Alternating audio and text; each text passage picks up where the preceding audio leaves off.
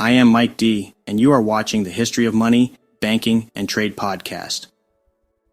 My goal is to expand your knowledge of the history and evolution of trade, along with money, banking, and credit, from ancient civilizations to present-day market innovations. I truly hope you find these episodes to be informative and entertaining. I have an MBA and around 20 years working in various financial roles, but I am not a historian. However, I find that if I study the history of financial changes, modern trade and complex finance is much easier to understand.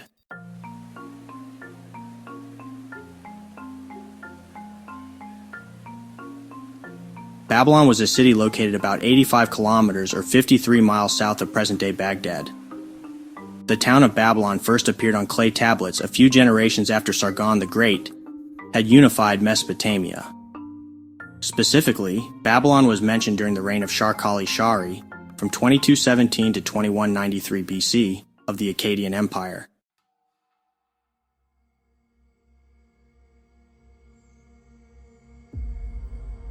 Babylon was merely a small town that was ruled over by the Akkadians. Despite its low population early on, Babylon had a somewhat higher population density, as the mud brick houses were built close together with small alleyways. The use of mud brick was common due to the scarcity of stone and timber. However, there was an abundance of clay from the Tigris and Euphrates rivers. The close construction of houses and narrow alleyways likely served multiple purposes as it maximized limited space within the city walls. It provided shade from the intense sun, and it may have fostered a sense of community.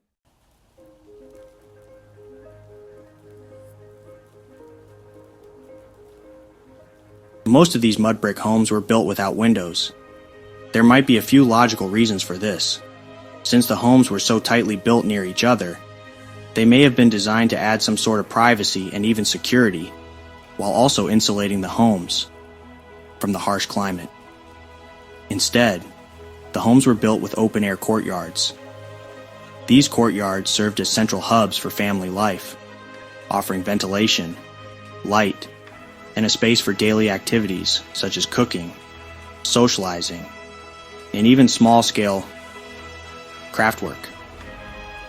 The surrounding rooms would have included living quarters, storage areas, and possibly spaces for religious or ritual practices. Additionally, because of the intense heat, residents often slept on their roofs at night.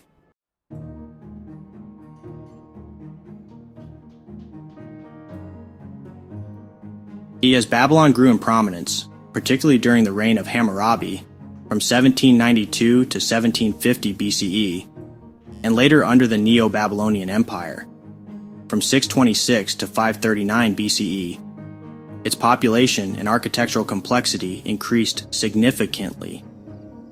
Family was of the highest importance to Babylonians, and extended families often lived next to one another. Babylonians rarely sold the family home, as they were often passed down over the generations, and family burial plots were often under the courtyard.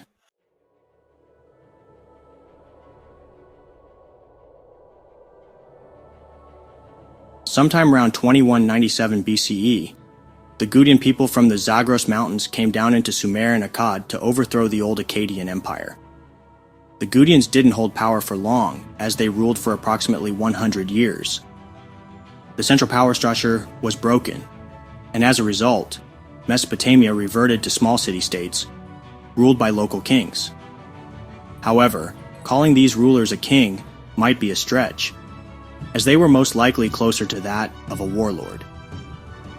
Eventually, the king of Ur was able to consolidate his power base and drive the Gutians out and retake quite a bit of the old Akkadian Empire, but it wouldn't reach the size that Sargon had conquered.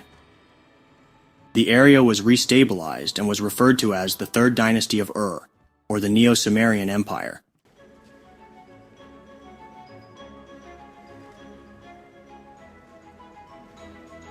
Much of the cultural norms that had been established by the old Sumerians and Akkadians were adopted and enhanced in the new city-state of Babylon. The social structure of ancient Babylonian society was complex and hierarchical, reflecting the economic, religious, and political dynamics of the time. As such, the Babylonian society fragmented into distinct classes. At the top of the hierarchy, the king held absolute power and was often seen as a representative of the gods. The royals enjoyed significant privileges and influence.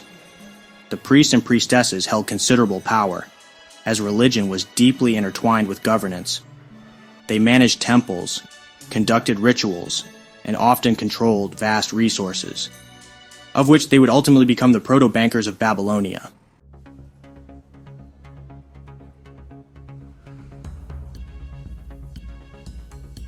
The next tier included wealthy landowners, successful merchants, and military officials. They played crucial roles in the economy and defense of the city-state.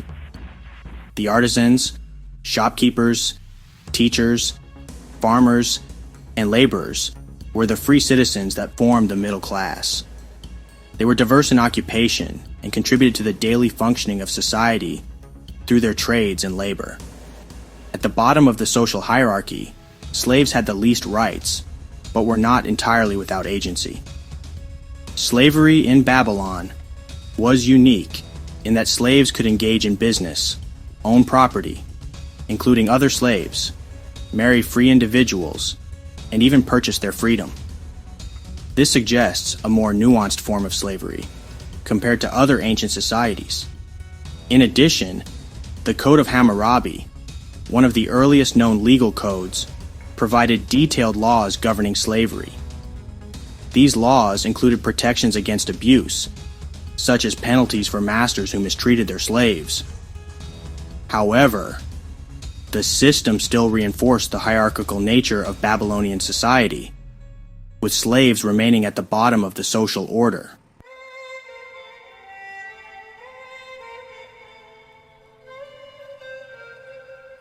Just as everything had stabilized from the previous Akkadian period, around 2112, another nomadic people, the Amorites, streamed down from the Levant. The Gutians came from the east, the Amorites came from the west. The Amorites were viewed as yet another set of nomadic barbarians, probably no different from the Gutians. They were described as people who were nomadic shepherds, who don't live in houses as they lived in tents. They don't bury their dead on the day that they died. Supposedly, they didn't cook their meat either, and they spoke a foreign Semitic language that has long gone extinct.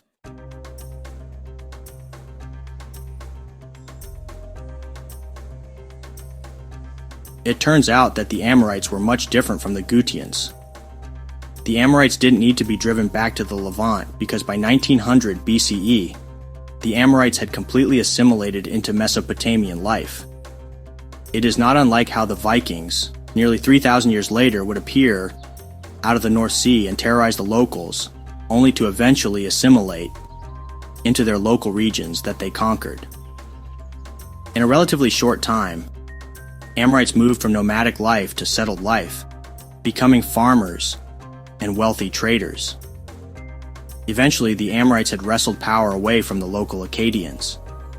Despite their political dominance, the Amorites largely embraced the existing Akkadian culture, including its language, religion, and administrative practices. This cultural assimilation highlights the fluidity of identity in ancient societies, where conquerors often adopted the traditions of the conquered, leading to a blending of cultures rather than their replacement.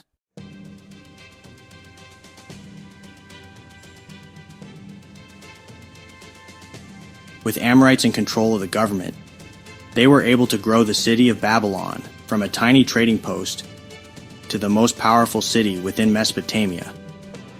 After around 100 years of Amorite rule, Hammurabi, another Amorite, ascended to the throne around 1792 BCE. He immediately started a massive government reinvestment program that focused on internal development rather than military conquest. He prioritized administrative efficiency, infrastructure improvements, and public works projects, which were crucial for economic long-term stability and prosperity of his kingdom.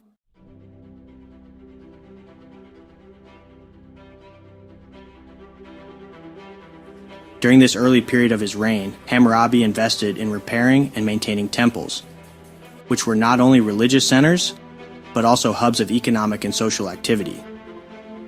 Furthermore, the temples were the proto-banks, and the temple workers were the proto-bankers of Babylonia.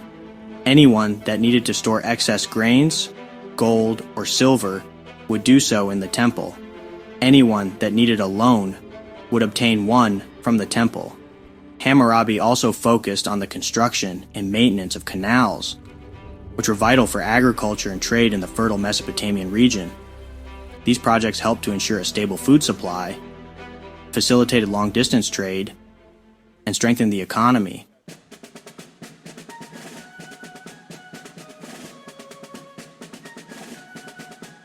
However, Hammurabi is most famously known for his later achievements, particularly the creation of the Code of Hammurabi, one of the earliest and most complete written legal codes.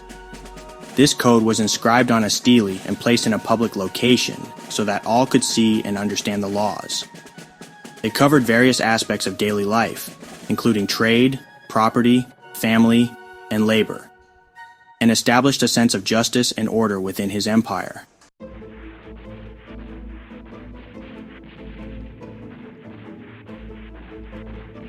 However, he did launch minor military campaigns to the south, in the old Sumerian territories, where he was able to expand the empire into a few other cities, with Uruk being the prized city. However, Hammurabi couldn't hold those cities, and eventually lost the cities, and even a little bit more territory from its southern ruler. Things settled in, and he developed good relations with its neighbors, and eventually forged a military alliance, whether it was Hammurabi's intention or not. But his reign and the broader economic systems of ancient Mesopotamia, including Babylonia and Sumer, demonstrated how trade and finance can transcend cultural, linguistic, and religious differences.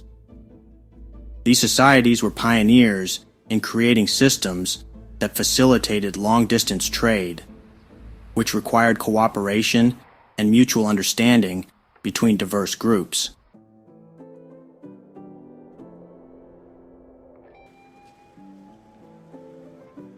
In Babylonia, the growth of financial markets and trade networks was a unifying force. Merchants and financiers had to navigate differences in language, customs, and religious practices to conduct business effectively. This meant setting aside cultural biases in favor of economic benefit. For example, Babylonian traders might have interacted with Assyrians, Elamites, or even distant partners in the Indus Valley or Anatolia, each with their own gods, languages, and traditions. Yet, the shared goal of profit and economic exchange created a common ground that allowed these interactions to flourish. The saying "money talks" is particularly apt in this context. Trade and finance became a universal language, one that could bridge divides and foster connections between otherwise disparate societies. This is evident in the widespread use of standardized weights and measures in currency, such as silver shekels in Mesopotamian trade, which help facilitate transactions across cultural boundaries.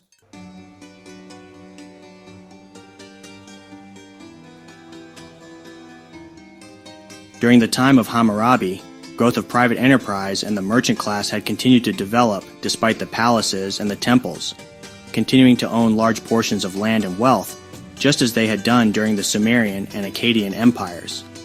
As part of this land ownership by the temples, Babylon had set up tenant farming, whereas indentured servants promised military or civil duties in exchange for land use.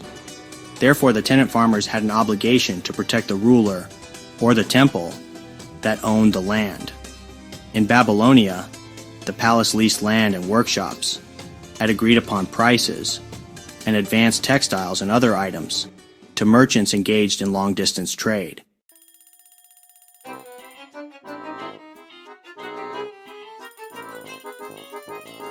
In the process of developing this business model, the palace or temple officials and entrepreneurs had created a system that could create and develop large-scale production of goods and even markets, which resulted in surpluses of goods. They further enhanced this through direct reinvestment to obtain further gains through economies of scale. The development of the Babylonian economy, particularly the role of temples in financial operations, reflects a sophisticated system of economic management that laid the groundwork for modern banking practices.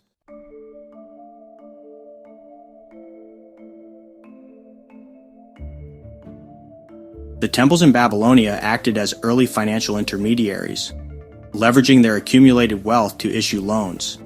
This practice was inherited from earlier Akkadian and Sumerian traditions, where temples played a central role in economic life. The loans were often backed by agricultural products, like wheat or barley, which were to be repaid after the harvest. This system allowed farmers and other borrowers to access capital, while ensuring the temples maintained a steady flow of income. The loans and financial transactions were meticulously recorded on clay tablets, which served as early ledgers. These tablets documented the terms of the loans, the parties involved, and the repayment schedules. The use of written records highlights the advanced administrative capabilities of Babylonian society and their emphasis on accountability and transparency.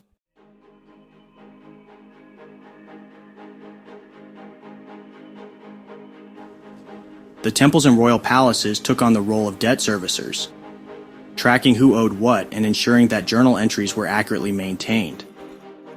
This involved not only recording transactions but also managing repayments and, if necessary, making payments on behalf of clients. This system of debt management was a precursor to modern banking services like account management and clearinghouses. Over time, temples expanded their operations to include accepting payments and managing deposits on behalf of their clients. This evolution transformed temples into multifaceted financial institutions that not only issued loans, but also acted as custodians of wealth and facilitators of economic transactions. This laid the foundation for the concept of banking as we know it today.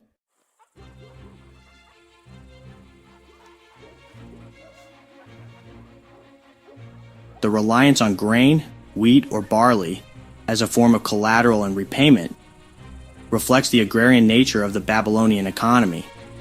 Commodities were the primary medium of exchange and store of value, and the temple's involvement in this system underscores their central role in the economic life of the community.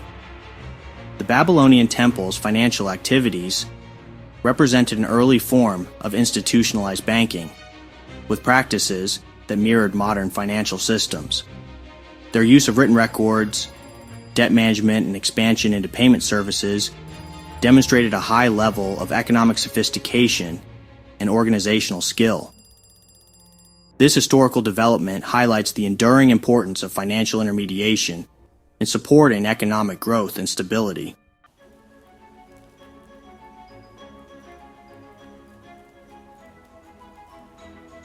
Just like the days of Sumer, the palaces and temple were known to have provided lending and issuing receipts from the wealth they held.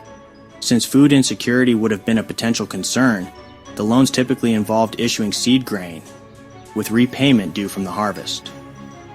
Archaeologists have been able to unearth numerous clay tablets that have these contracts written up by the temples and palaces.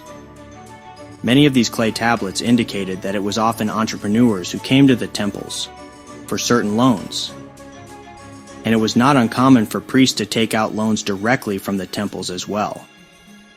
A review of the contracts noted that they included details, such as the amount of the loans, along with the rates of interest and payment schedules attached to the contract. Additionally, it wasn't uncommon for some of the contracts to include arrangements that were made for the creditor to make food donations to the temple.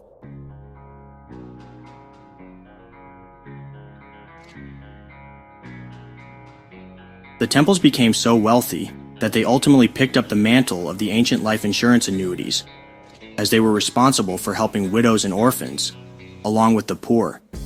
So ultimately, it was the temples that directed the social safety nets of ancient Mesopotamia. Furthermore, silver continued as an increasingly popular favored store of wealth and as money for several reasons. It has durability. Silver does not corrode or degrade easily, making it a reliable store of value over time. It has divisibility. Silver can be divided into smaller units, ingots, and later coinage, without losing its value, allowing for precise transactions. It is easily portable. Compared to other commodities, like grain or livestock, silver is easy to transport. Silver is rare enough to have value, but not so rare that it cannot be used for everyday transactions. Silver has social trust and consensus. Money, including silver, is a social construct. Therefore, its value is based on a collective agreement and trust. People accepted silver because they believed others would also accept it in exchange for goods and services. This trust was reinforced by rulers, merchants, and institutions that standardized its use. It is this trust that drives our use of fiat currency today. It has practicality in trade. Silver solved the problem of the double coincidence of wants in the barter systems. Instead of finding someone who had what you wanted and wanted what you had, you could use silver as an intermediary, making trade more efficient. However, the idea of a widespread use of barter before the development of monetary systems does not have any evidence to back that claim up. Instead, it is more likely that people were using forms of credit and settling with either silver or other commodities on the contract date.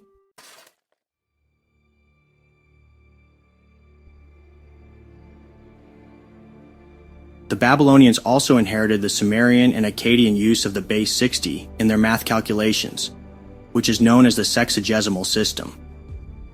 This system is highly versatile because 60 has many divisors, making it convenient for fractions and divisions.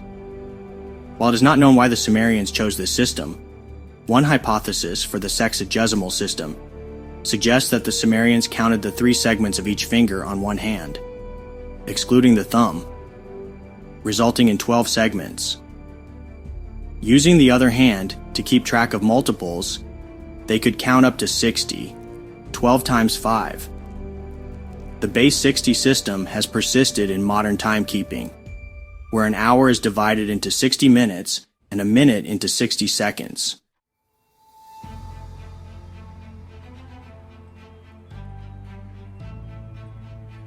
In ancient Mesopotamia, particularly under the Code of Hammurabi, circa 1754 BCE, interest rates on silver loans were indeed regulated by royal decree. The standard rate was typically set at 20% per annum for silver loans, while grain loans had a higher rate of 33.3%. This was likely due to the higher risk and perishability of grain. The king's role in setting interest rates was significant, as it provided a degree of stability and predictability in commercial transactions.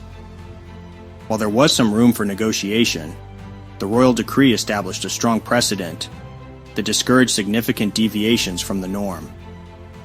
This practice of state-regulated interest rates persisted for centuries, influencing later civilizations, including the Neo-Babylonian Empire, and even aspects of Roman law. Market forces played a limited role in determining interest rates in these ancient economies. The king's authority and the need for economic stability often overrode purely market-driven fluctuations. This top-down approach to economic regulation reflects the centralized nature of power in these societies, where the ruler's decrees were seen as essential for maintaining order and fairness in commerce.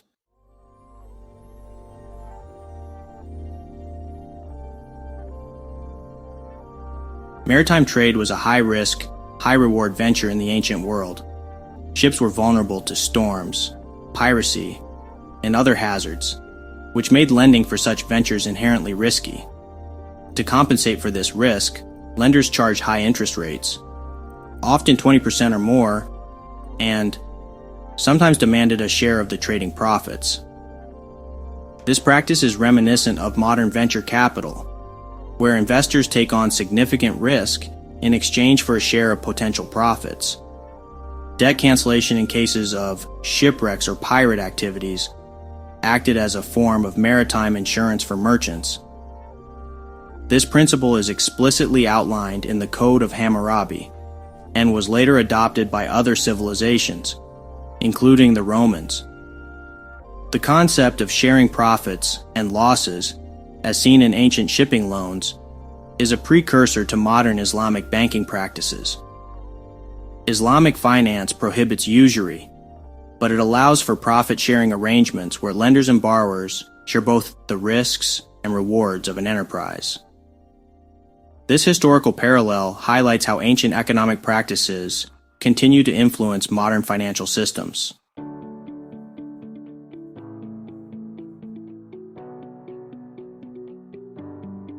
The Code of Hammurabi included provisions that protected merchants from crippling debt in the event of unforeseen disasters.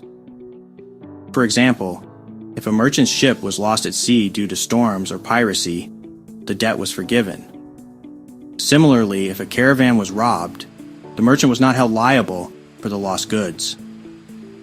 These provisions not only encouraged trade by reducing the risks for merchants, but also reflected a broader understanding of the need for economic resilience in the face of uncertainty.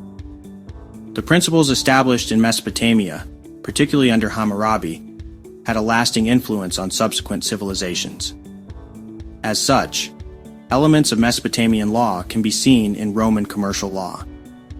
The idea of state-regulated interest rates and debt forgiveness in cases of disaster persisted in various forms throughout history, influencing medieval European practices and even modern bankruptcy laws. The regulation of interest rates and the management of risk in ancient Mesopotamia, particularly through the Code of Hammurabi, laid the groundwork for many financial practices that would endure for millennia. The interplay between royal authority, economic stability, and risk management and trade offers valuable insights into the development of early economic systems.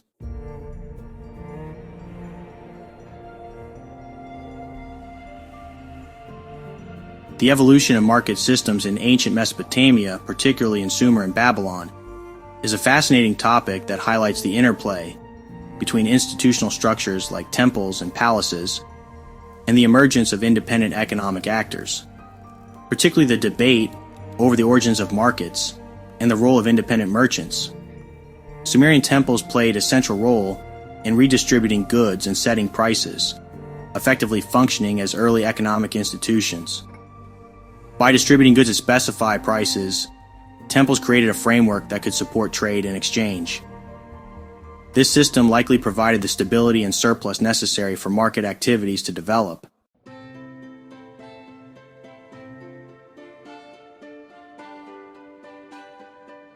Karl Polanyi, a prominent economic anthropologist, argued that markets did not emerge organically, but were instead facilitated by external factors. He suggested that markets first arose among military camp followers, foreign merchants, and lenders, groups operating outside the traditional temple and palace systems. This view emphasizes the role of external trade and non-local actors in the development of market exchange. Recent scholarship from Michael Hudson challenged this military-centric view. Hudson argued that merchants emerge on the fringes of temple and palace complexes rather than being tied to military campaigns. These merchants likely capitalized on the surplus goods and administrative frameworks provided by temples, along with palaces to establish trade networks. This perspective suggests that markets developed organically within the existing economic structures of Sumer and Babylon.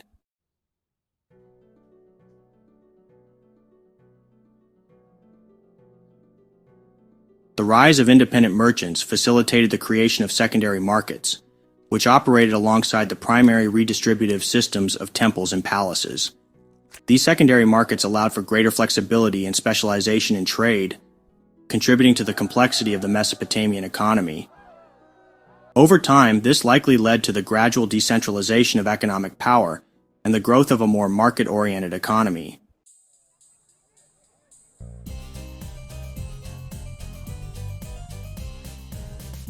While Polanyi emphasized the role of external actors like military camp followers in the emergence of markets, Hudson and other contemporary scholars highlight the importance of internal dynamics within Sumerian and Babylonian societies. The temples and palaces provided the foundational conditions for trade, but it was the independent merchants who helped expand and diversify economic activities, ultimately leading to the establishment of secondary markets. This shift in scholarship reflects a broader understanding of the complexity and interdependence of ancient economic systems.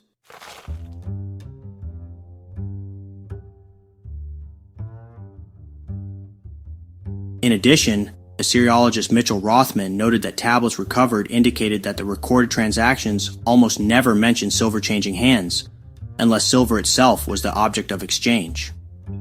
Therefore, silver was the tool to measure the value of goods or service, but oftentimes another commodity would have been used as a form of money. However, this was not a barter exchange, because the exchange was often done through a credit system, whereas the parties in the transaction would settle with the agreed-upon commodity or service at an agreed-upon time. An example being a customer might pay local merchants, or even the proprietor of an alehouse. A tab or credit line would be tallied by the merchant, then the customer might settle up at harvest.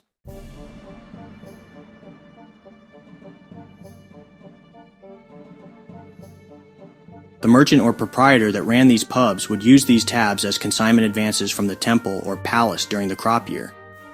Since this was a literate society, the people of Babylonia wrote so much down that most of, if not all, these transactions were written down on clay tablets held at the proprietor and the temple. The transactions that occurred in Babylonia were like the transactions that we use in the modern economy, whereas they would transact and receive a good or service without having to physically pay with any sort of commodity, such as grains or silver. A very large percentage of their transactions were done on credit. This is not unlike today when we swipe a credit card and receive the goods or services without ever touching or seeing the money itself.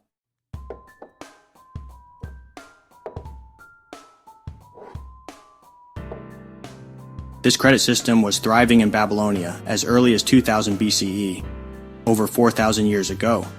Julius Caesar would have considered these people his ancients. They were the ancients of the ancients. This 4,000-year-old system had accountants meticulously tracking transactions involving its citizens and the state.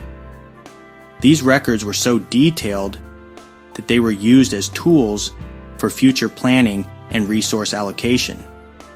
Therefore, the temple's records were so precise that they were used by the palace and temples to plan and budget for their future public works projects and the general needs of the people, along with any potential military campaigns or defense spending.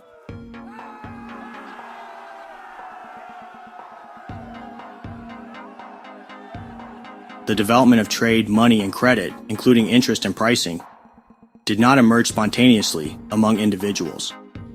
Rather, investment for the purpose of creating profits, the charging of interest, the very beginnings of an early form of a property market, and even a proto-bond market, first emerged in the temples and palaces of Sumer and Babylonia.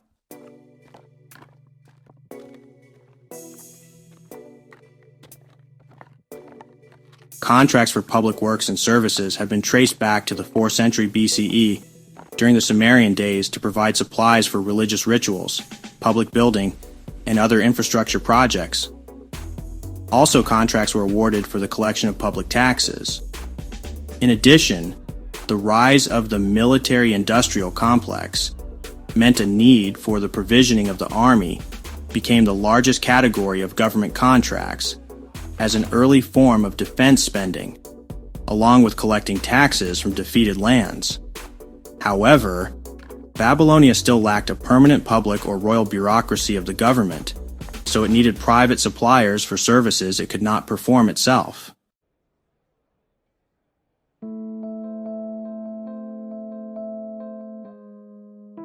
Babylonia was thriving and becoming a regional superpower. In the south in Sumer, Ur was having a resurgence.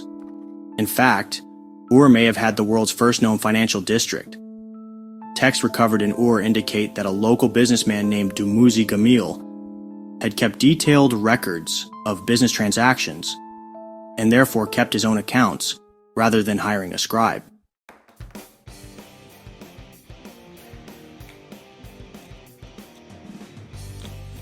Dumuzi Gamil was known for taking deposits at low interest rates and turning around and using the deposits for various investment schemes.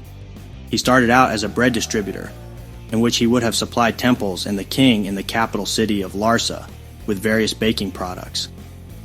In addition to his distributor business, he also lent silver to local fishermen and farmers. The rate of return that he would get on some of these loans would be as high as 20% per month, or 240% per year if the loans were extended longer.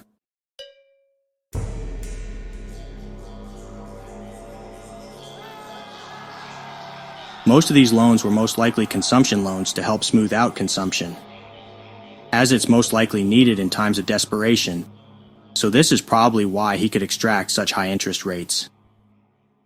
These high interest rates would be deemed predatory loan sharking in today's world of lending.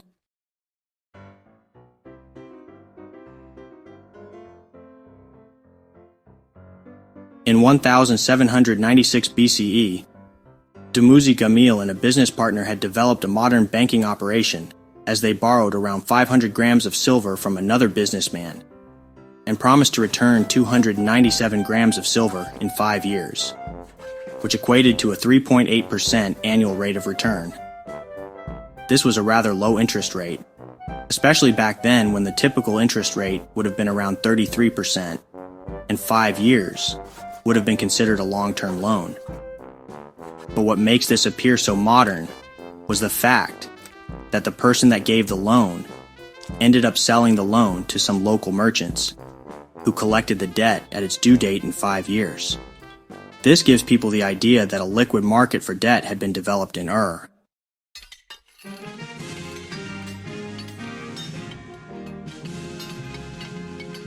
And it's quite possible that if a liquid market for debt was available in Ur, then it's reasonable to believe liquid debt markets were also functioning in other places like Babylonia.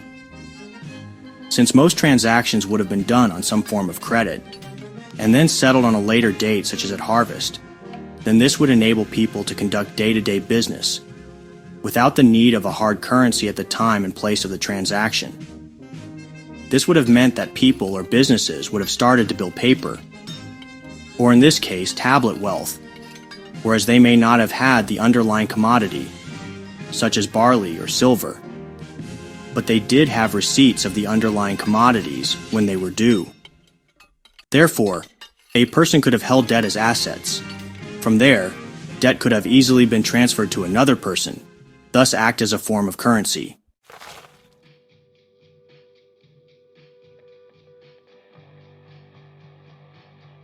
There are some unique unintended consequences of debt. The relationship between debt and productivity is indeed complex and can vary depending on the context. Indebted individuals, such as farmers, might work harder and produce higher yields. For one, debt creates a sense of urgency and responsibility. Indebted farmers may feel compelled to work harder to ensure they can meet their repayment obligations, avoid penalties, or maintain their creditworthiness.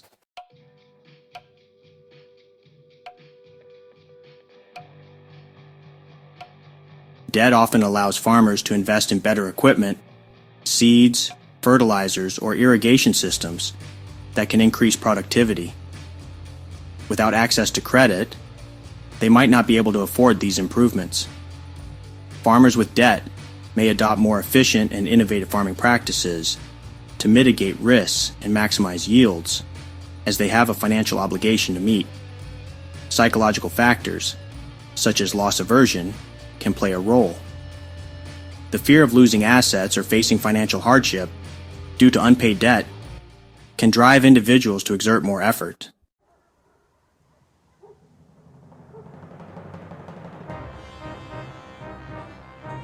In some cases, lenders or financial institutions provide not only capital, but also technical assistance training or access to markets, which can enhance productivity. However, it's important to note that this dynamic isn't universal. Excessive debt can also lead to stress, reduced risk-taking, and even financial ruin if yields are insufficient to cover repayments. The balance between debt as a motivator and debt as a burden depends on factors like interest rates, repayment terms, market conditions, and the individual's ability to manage risk.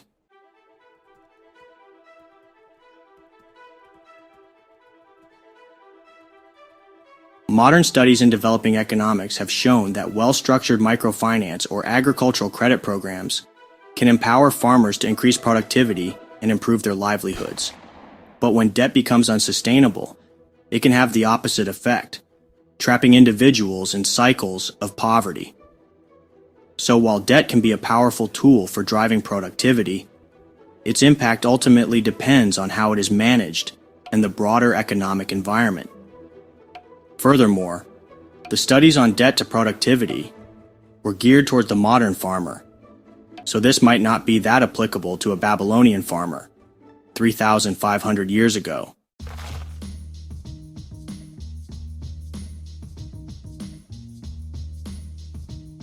Approximately 50 years after Dumuzi Gamil, there was a complaint filed by a customer of a merchant in Ur. It's quite possible that this is the oldest living written complaint ever discovered, as it was from approximately 1750 BCE. A businessman named Ea-Nasir had organized and financed long-distance maritime expeditions from Ur down the Persian Gulf to a place known as Dilmun.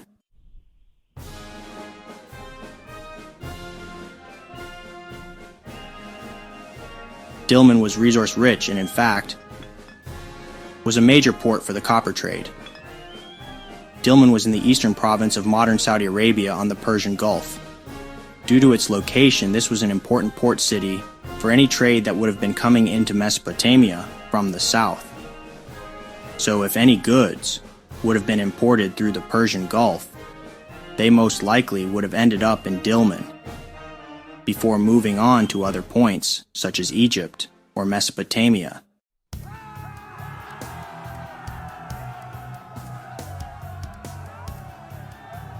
Since Dilmun was such an important trading hub, traders such as Ea-Nasir would have financed large expeditions in which investors would have contributed to a proto-equity investment fund in the form of silver or other goods such as baskets.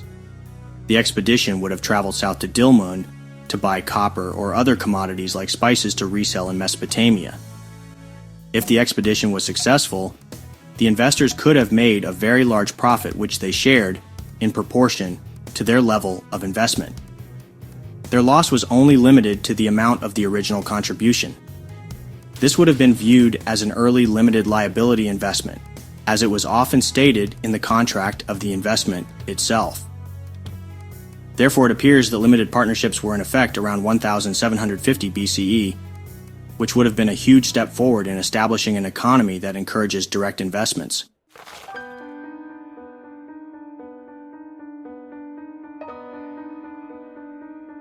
These types of investment partnerships would have predated the British and Dutch East Indian companies by nearly 3,500 years. Furthermore, the Temple of Ea-Nasir had been involved in similar financing for about 500 years before this time. In fact, no investment would have been too small, so a common person could donate a piece of jewelry for the investment. Therefore, traders like Ea-Nasir had been in business for hundreds of years prior to this complaint letter. According to the letter, he had agreed to sell copper ingots to a person known as Nani. Nani sent his servant with the money to complete the transaction.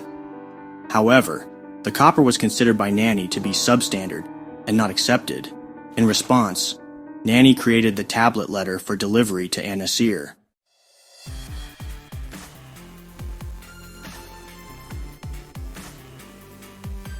Just like a modern economy, the ancients also had their fair share of shady businessmen. Bankers and merchants were typically easy targets for Babylonian political leaders looking to increase their popularity through populist attacks. This will set the precedent going forward that bankers cause more problems than they solve.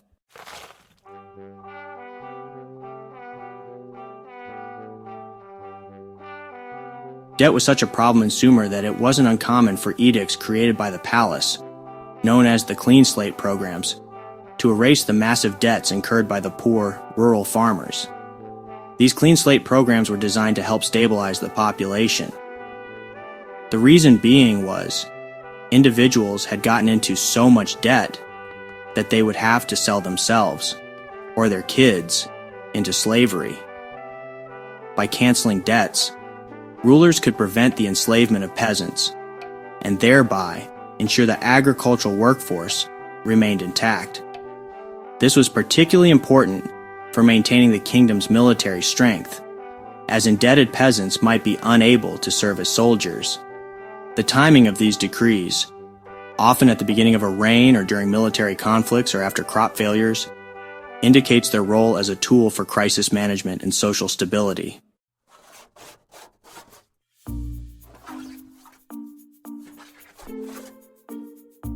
Rimsin reigned from around 1822 to 1763 BCE. He issued a clean slate edict that aimed to restore economic and social balance by canceling debts, freeing debt slaves, and returning land to its original owners. While this is great for the borrower, it's not so great for the lender. As such, people like Dumuzi Gamal would have been wiped out completely if they had outstanding loans to rural farmers. Lenders would have filed lawsuits to claim property or assets that were pledged as security for the loans. However, it appears that they were unsuccessful for the most part in their claims.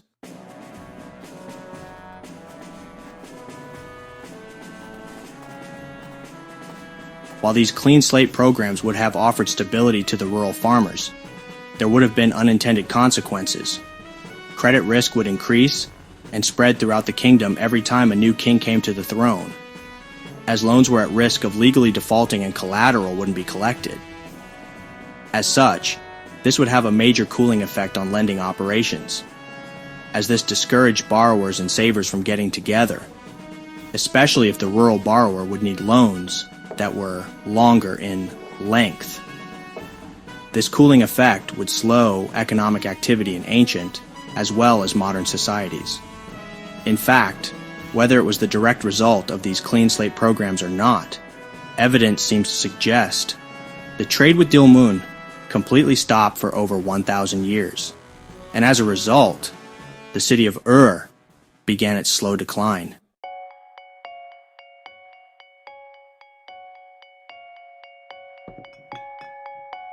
Even though the clean slate decrees had a chilling effect on lending, individuals still lent out their excess savings. The legal system of the Babylonians depended crucially on the use of notarized and witnessed documents and contracts establishing individual rights and obligations, many of which are similar to modern financial instruments and contracts. The first mortgages, deeds, loans, futures contracts, partnership agreements, and letters of credit appear as cuneiform documents, dating to the 2nd millennium BCE or earlier.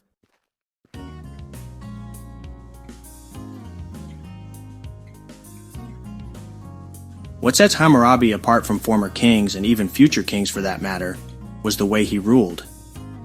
He didn't rely on terror or threats to keep people under control. Instead, he almost presented himself like a modern politician, in that he wants to have the backing of the people. It appears that his goal was to have the people to love him more than fear him. As such, he was probably most famous for setting up laws that will protect the people, not laws that will terrify them and force them into submission.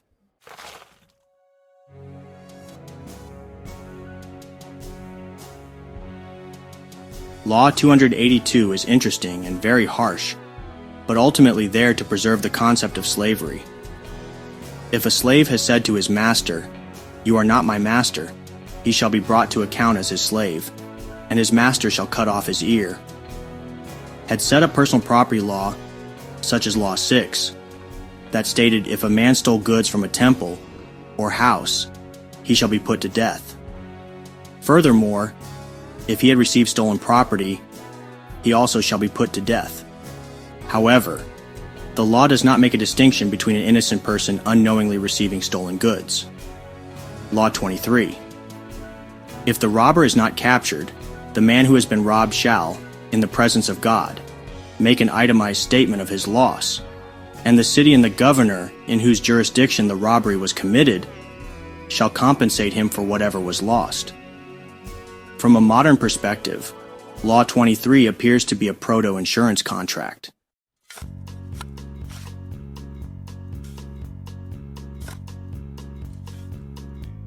One aspect of banking is taking deposits and acting as trustee of these deposits. The Code of Hammurabi refers to the practice of grain storage in another person's house for safekeeping and stipulates the terms of the contract in strict terms. This activity resembles the safety deposit box provided by modern bankers. Law 120 states as follows: if a man has stored his barley for storage in a bin in a man's house, and a loss occurs in the granary, the owner of the content shall formally declare his content before a god, and the owner of the house must double the content which has disappeared and give it to the owner of the content.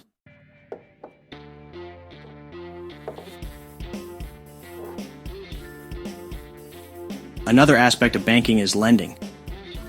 The code points to the role of the merchant as a moneylender. The merchant is seen as lending money to farmers to finance agricultural operations. Law 88. If a merchant lends grain at interest for 1 gur, he shall receive 100 sila as interest at 33%. If he lends money at interest for 1 shekel of silver, he shall receive 1/5 of a shekel as interest. The next law punishes the merchant who charges more than 20%.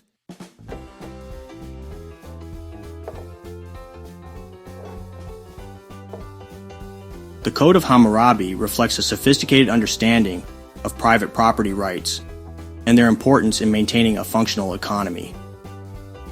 The code explicitly recognizes private ownership of land goods and other assets, which were essential for the complex economic activities of the time, including trade, agriculture, and commerce. The courts played a crucial role in adjudicating property disputes. The code provided a formal mechanism for resolving conflicts over land goods and other assets. This legal certainty was vital for maintaining trust in the economic system. The code's detailed penalties for violations of property rights demonstrate the importance of enforcement. Without effective enforcement, the recognition of private property would have been meaningless.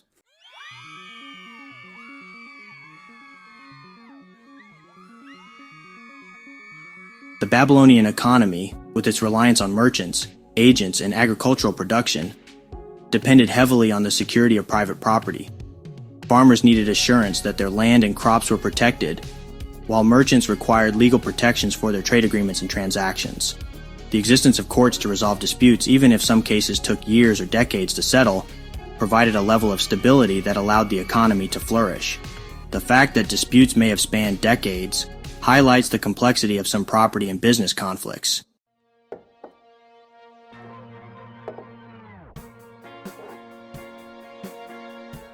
These strong institutions, such as those established under the Code of Hammurabi in Babylonia, played a critical role in lowering transaction costs and facilitating economic activities like trade, banking, and lending. Lowering transaction costs referred to the costs associated with making an economic exchange, such as the time, effort, and resources spent on negotiating, enforcing contracts, and resolving disputes. In Old Babylonia, the legal framework provided by the Code of Hammurabi helped reduce these costs in several ways. The code provided clear rules for property rights, contracts, and commercial transactions. This clarity reduced the need for lengthy negotiations or uncertainty about the terms of an agreement, making trade more efficient.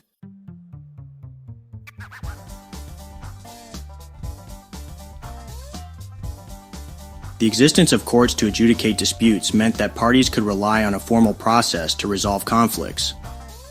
This reduced the risk of trade and lending, as parties knew that their rights would be protected and that disputes could be settled fairly. The code's standardization touched upon many aspects of economic life, such as weights and measures and interest rates. This standardization reduced the complexity of transactions and made it easier for merchants and lenders to operate across different regions.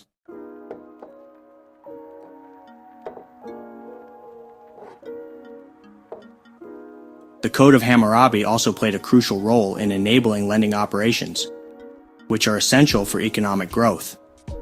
Interest rates for loans were set at 20% for silver and 33% for grain. While these rates might seem high by modern standards, the regulation provided a predictable framework for lenders and borrowers, reducing the risk of exploitation or arbitrary terms. The code included provisions to protect both creditors and debtors.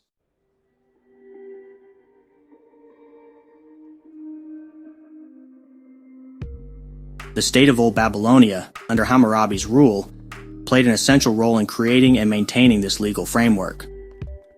By establishing and enforcing the Code of Hammurabi, the state provided the institutional infrastructure necessary for a functioning economy.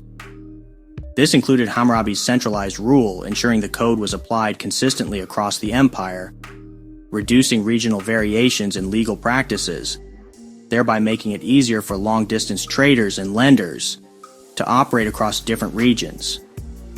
The code was made visible for public viewing, and the state's commitment to enforcing it helped build public trust in the legal system. This trust was crucial for encouraging economic activities.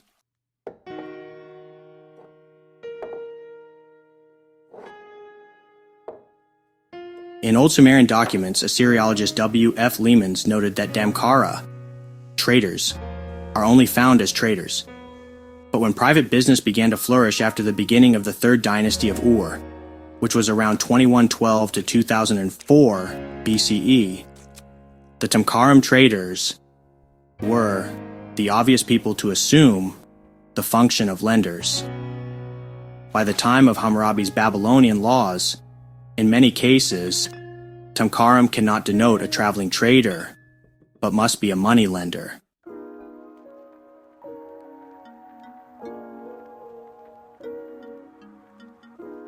As such, many merchants rose to the position of being able to supply money to others. However, one should not equate these to the modern banker quite yet. The Tamkarim or merchants did not lend out deposits of others but used their own funds. In addition, individuals who accumulated savings had to find suitable personal investments or participate in partnerships. Eventually, merchants formed guilds to coordinate their trading activities in foreign regions. However, there really weren't liquid investment opportunities for those who accumulated excess savings, as there were no formal money managers outside of families.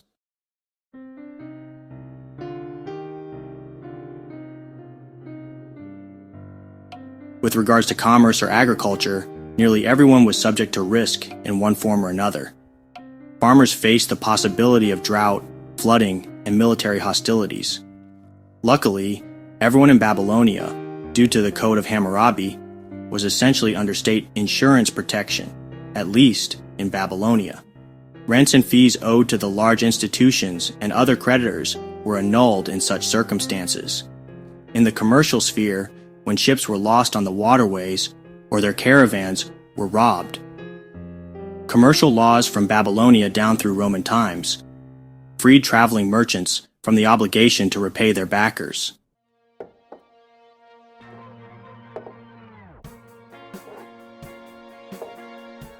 In Babylonia around the time of Hammurabi, Assyriologist Johannes Renger explained that the entrepreneurs to whom the palace had leased herds and workshops tended to be members of the elite or upper classes. Therefore, there is a bit of presumption that the title of a Tamkarim meant some sort of social status, or connections to the palace or temple bureaucracy. Some managers worked in the palace bureaucracy, but others worked entirely on their own account. However, without knowing it, at the time, the reign of Hammurabi was the peak of the old Babylonian Empire. For the empire started its slow decline after his death in 1750 BCE. In 1595 BCE, the Hittites descended the Euphrates River from Anatolia, bypassing Assyria, and sacked Babylon, ejecting the Amorite founders of the Babylonian state in the process. Rather than incorporate Babylonia into Hittite domains, the Hittites handed control of Babylonia to their Kassite allies, who were to rule it for the next 4 centuries. It appears that the logistics of ruling Babylonia were too much for the Hittites, as the distances were too great from Anatolia. Therefore, they decided it would be better to hand control to their ally instead. Furthermore, while the Hittites were campaigning in Babylonia, unrest at home meant the Hittites had to wrap up military operations and head back north to Anatolia, where the Hittite king would end up being assassinated.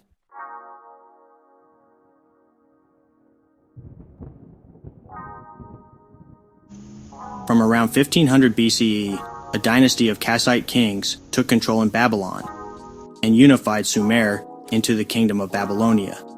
Not much is known about the Kassites except that they were great horsemen from the Zagros Mountains. Despite the Kassite rule, the Babylonian cities continued to be centers of great education, producing writings on divination, astrology, medicine, and mathematics. It was also during this period that the Kassite kings had regular correspondence with the Egyptian pharaohs and appeared to be allied with the Egyptians. But eventually, the Kassite allies to the north, the Hittites, went to war with Egypt and Rameses II. The famous Battle of Kadesh, dated around 1274 BCE, was known as the largest chariot battle ever fought to that date, with around 6,000 chariots participating. The underlying root cause of the battle was control over the trade routes in the Levant. Hittite prosperity was dependent upon who controlled those trade routes, along with the metal resources that came with them. Eventually, the Egyptians came out on top, marking the beginning of the downfall of the Hittite kingdom. Meanwhile, the Assyrians were slowly strengthening and rising in power, eventually challenging the Kassite control of Babylon.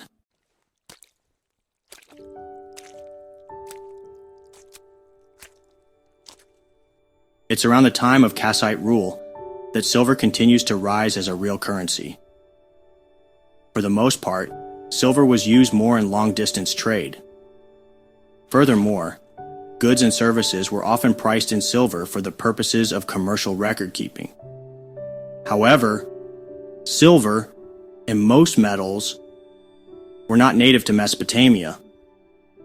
Silver was typically obtained through conquest, plunder, taxation, and international trade. Babylonian textiles were an important export product throughout ancient history, so silver and other commodities could easily be imported through the textile trade. Availability of silver was often an engine that helped drive the ancient economies. In addition, it appears that it was the scarcity of silver that coincided with periods of economic and political weakness. Not unlike when gold reserves plummeted, when international economies were on the gold standard. During the late Bronze Age in Babylonia, under Kassite rule, when silver was scarce, gold started to become a substitute, and thus became more important in trade. In fact, one could make the case that it was the silver scarcity that may have led to the reason the Kassites were able to wrestle power away in Babylonia. Also, in ancient societies, scarcity of silver often meant a sign of weakness. This was particularly true towards the tail end of the Western Roman Empire, when silver decreased in value and gold became the leading metal.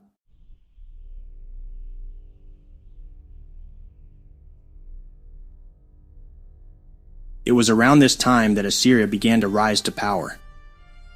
As such, its king came to Babylon to remove the Kassite rulers. The Assyrian king was able to sack the city of Babylon, and by doing so, he destroyed the city in the process. This went way too far for the Assyrian people, as the desecration of the city of Babylon angered the Assyrians. Although the Assyrians considered themselves a separate people from the Babylonians, they had a deep respect for the Babylonian culture. As such, Babylon was perceived as a sacred place. Assyriologist H.W.F. Saggs stated that Babylonia was the source and center of civilization, and its capital Babylon was a religious shrine of the highest sanctity. So, to sack Babylon in the ancient world was like sacking the Vatican, or Jerusalem or Mecca in our own time.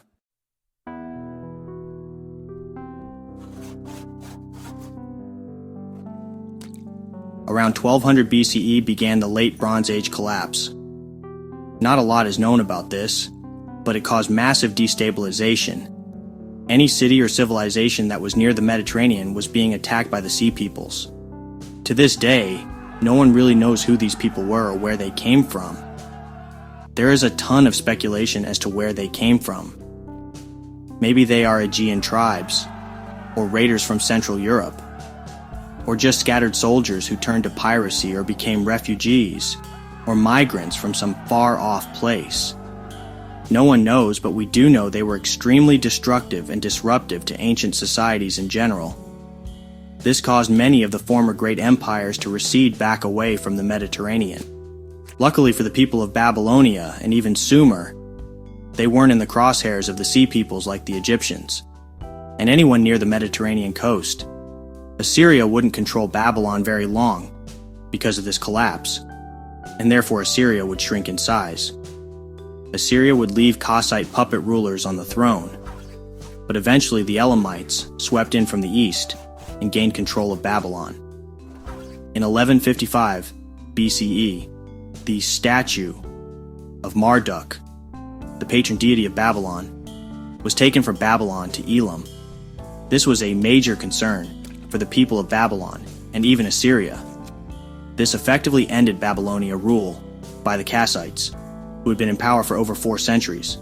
However, despite the Sea Peoples ravishing the Levant, parts of Anatolia and Egypt, and their god was taken hostage, Babylon had entered an era of peace and prosperity. Kassite rule over Babylonia had some similarities to that of the Amorite rule in that some of the great works of literature were done during those periods. In fact, it appears that much of the literature compiled during Kassite rule was used a template for biblical stories.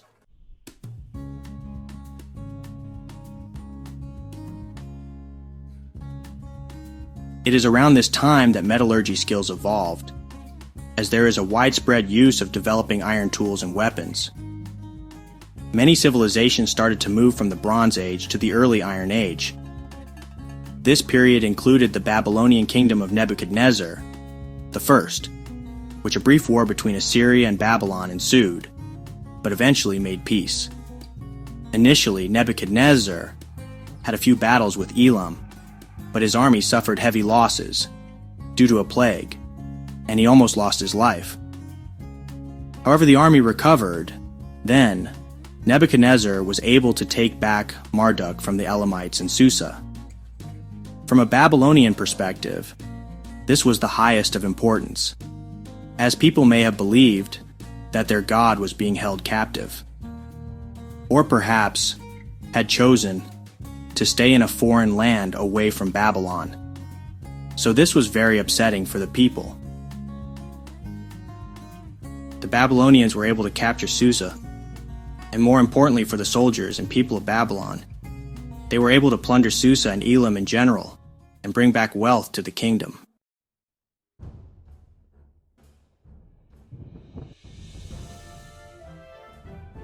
The period from 1020 BCE to 730 BCE is often referred to as a dark age in Babylonian history due to the scarcity of detailed records and the political instability that characterized the region.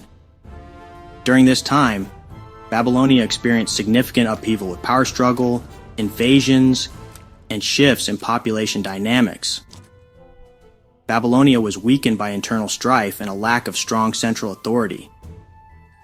The Kassite dynasty, which had ruled Babylonia for several centuries, it collapsed around 1155 BCE, and the subsequent centuries saw a series of short-lived dynasties and rulers who struggled to maintain control.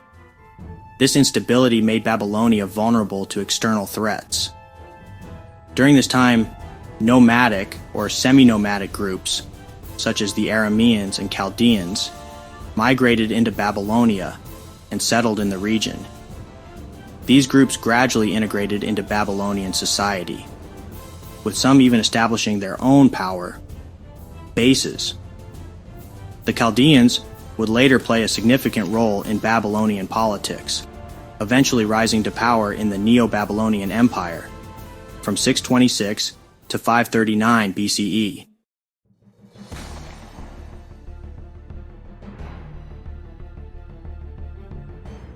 The Assyrians, based in northern Mesopotamia, were a dominant power during this period and frequently raided or invaded Babylonia.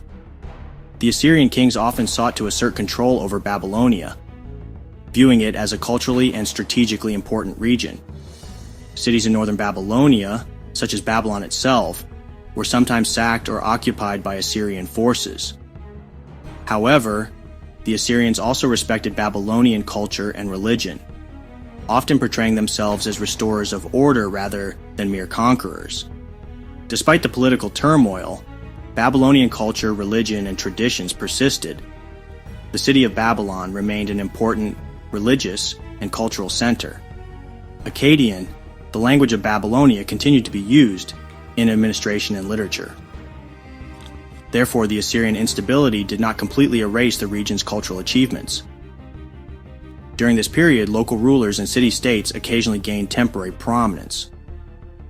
An example being the Second Dynasty of Isin, around 1157 BCE, had briefly restored Babylonian power before the onset of this turbulent era.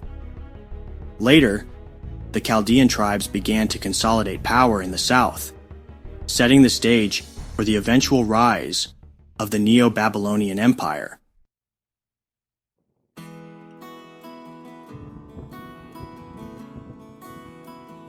The period from 1020 to 730 BCE was marked by political fragmentation, nomadic migrations, and Assyrian interference. While Babylonia was weakened, it remained a culturally significant region.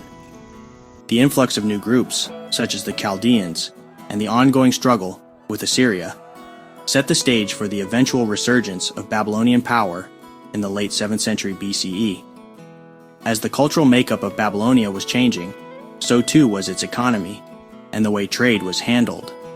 For well over 1,000 years, silver was an important metal as a medium of exchange. It wasn't the main medium, just another form of exchange, as many trades were done using certain grains that were part of the contract that made up the deal. However, around this time, silver moved from a prestigious item to a more formal medium of exchange. Grains had a lot of practical purposes to be used as a medium of exchange. However, the use of grains posed a few obvious issues. For one, you might need a lot of it to complete a transaction, and it could rot or be eaten by rodents or insects. As such, Babylonia was part of a broader silverization throughout antiquity at the time, whereas silver was being used for all sorts of different transactions, not just long-distance trade. By then, silver had become a common and stable commodity, which fueled its rise as a form of currency. However, other grains were also used as a commodity for its monetary system. But by the end of the Bronze Age and the early Iron Age, silver started to take the lead. Silver was not native to Mesopotamia, so it did have to be imported from places like Anatolia or modern-day Iran. Silver emerged as a standard measure to pay its workers in weight, or its equivalent value in foodstuffs such as cereals.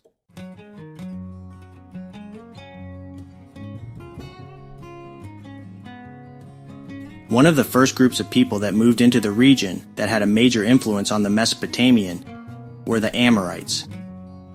From the 21st century BCE to the late 17th century BCE. A millennium or so later, sometime between 940 BCE and 860 BCE, the nomadic Chaldeans migrated from the Levant and settled in the far southeastern portion of Babylonia, chiefly on the left bank of the Euphrates. The reason the Chaldeans were able to move in and settle the lands was probably because this was a period of weakness in Babylonia, and therefore its kings and governors were unable to prevent new waves of semi-nomadic foreign peoples from invading and settling in the land. As a result, the Chaldeans ended up controlling much of southern Babylonia trade routes due to their location on the Euphrates, and within a relatively short distance to the Persian Gulf. The Chaldeans were also known for their astronomy and science advancements. Other than that, not a lot was known about the early Chaldeans. except a Chaldean named Marduk-apla-user usurped the throne from the native Babylonian king Marduk-belzeri, who reigned from 790 to 780 BCE and was a vassal to the Assyrians at the time.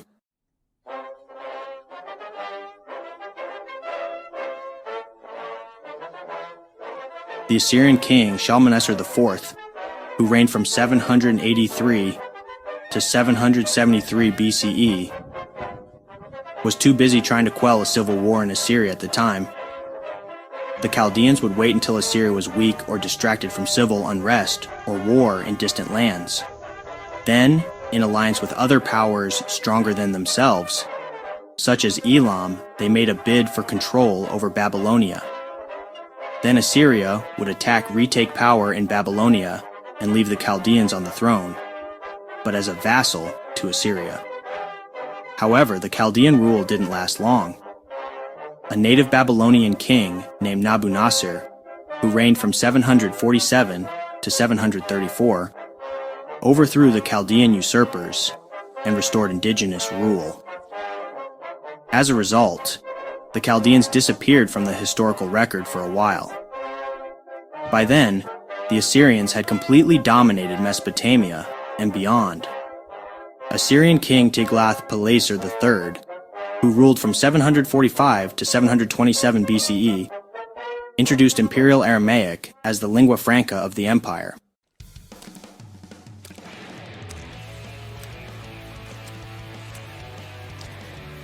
During Sargon II's reign, from 722 to 705 BCE, he was forced to launch a major campaign into Media and subsequently Persia to defend his territories there. He defeated and drove out the Scythians and Cimmerians who had attacked Assyria's vassal colonies in the Iranian region. At the same time, Egypt was acting up in the Levant, which meant Assyria would need to send troops there as well. These events allowed the Chaldeans to assert themselves again. While the Assyrian king was otherwise occupied in Iran and the Levant, Marduk-apla-iddina II allied himself with the Elamites' kingdom and the native Babylonians, briefly seizing control of Babylon between 721 and 710 BCE. Soon enough, Sargon II was free at last to deal with the Chaldeans, Babylonians, and Elamites. He attacked and deposed Marduk-apla-iddina II in 710 BCE, also defeating his Elamite allies in the process. A native Babylonian king named Bel-ibni, who reigned from 703 to 701 BCE, was placed on the throne as a puppet of Assyria.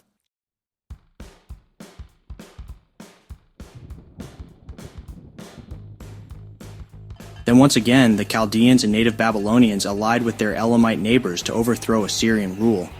The Assyrian king Sennacherib was mad and decided to end this once and for all as he invaded and subjugated the Elamites and Chaldeans and sacked and destroyed Babylon. However, Babylon was regarded as a sacred city by all Mesopotamians, including the Assyrians, and this act eventually resulted in Sennacherib's being murdered by his own sons. Despite the Chaldean influence, the Babylonians and the Assyrians were sister cultures. As such, a lot of the cultural norms from the Assyrians were applied to the Babylonians.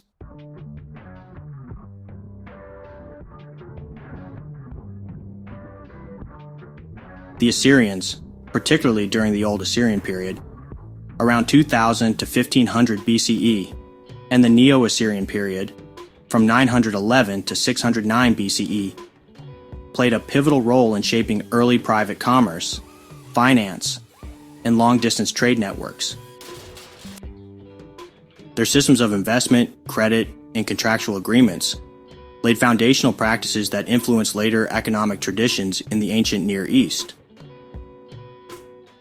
The Old Assyrian trade with Anatolia, centered at Kanesh, was an example of an early commercial system run largely by private merchants rather than the state.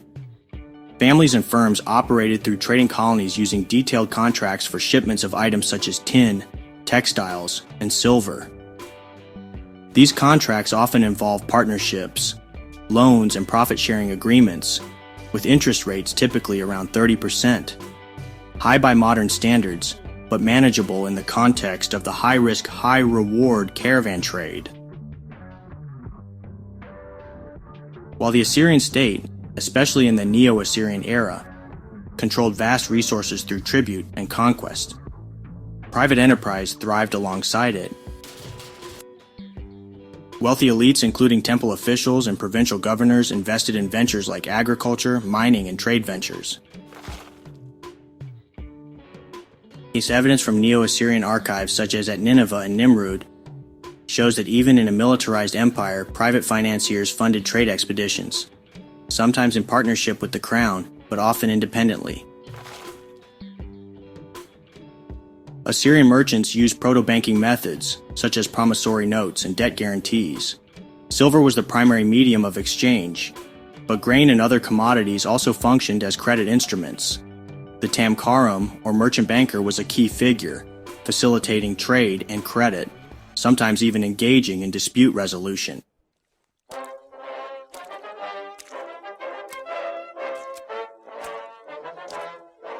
The Late Bronze Age collapse, around 1200 BCE, disrupted trade routes and weakened major powers like the Hittites and Mitanni, but Assyria's core survived. By the Neo-Assyrian period, they rebuilt trade networks, now backed by imperial muscle, ensuring safer routes, but still relying on private agents for execution.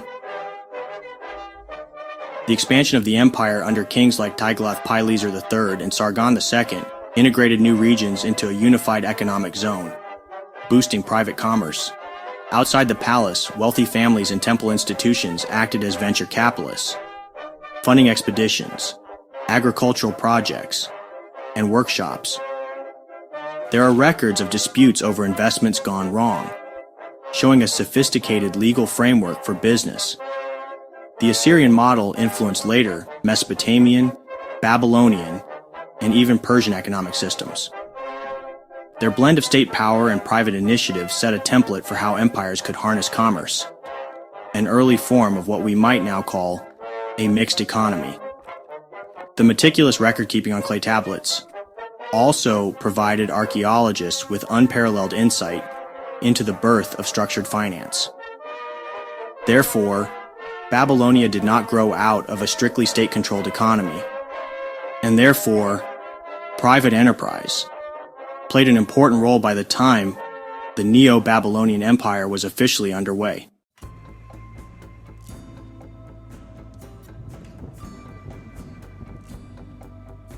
The Tamkaris would often step in when private enterprise could not execute certain long-distance trade. This typically included luxury items such as gold, incense, and certain dyes that would have come from the Phoenicians. The Tamkaris were also involved in the temple economy, as they basically brought in staples to the temples and bought items that were produced or maintained by the temples. Additionally, the Tamkaru were often affiliated with the royal palace, but may not have been officials from the palace. Therefore, some may have been operating as independent contractors that were affiliated with the palace, but did not have an official title from the king. There was an important continuity between the Assyrian and Babylonian economies, particularly in the role of merchants and their relationship with the state. The Assyrians and Babylonians shared many cultural, religious, and administrative traditions due to their long-standing interactions. While distinct politically, their economic systems had significant overlap. The Tamkaru, in both societies, operated within a public-private framework, where trade was often state-sponsored, but conducted by private entrepreneurs. In Assyria, the Tamkaru were semi-independent merchants who worked as intermediaries between the state, palace or temple, and private trade networks. They were not direct employees, but acted as clients or partners of the state. They engaged in long-distance trade tax collection and resource distribution, often using state capital or guarantees. In Babylonia, the system evolved into a more formalized state-merchant relationship with the Tamkar Shari which translates to merchant of the king. These were professional merchants directly employed by the state, handling trade, taxation, and resource management on behalf of the king. Unlike the Assyrian Tumkaru, who had more autonomy, the Babylonian Tumkar-Shari were more tightly integrated into the state apparatus, acting as official agents. The Babylonians inherited and adapted the Assyrian model, reflecting their shared Mesopotamian administrative traditions. The key difference was the degree of state control, as Assyrian merchants were more like privileged contractors, while Babylonian Tumkar-Shari were quasi-bureaucrats. Both systems relied on a mix of state oversight and private enterprise, a hallmark of Mesopotamian political economy. This public-private model allowed both empires to efficiently manage trade taxation and resource distribution, without maintaining a fully state-run economy. Both systems facilitated long-distance trade and helped sustain their urban economies.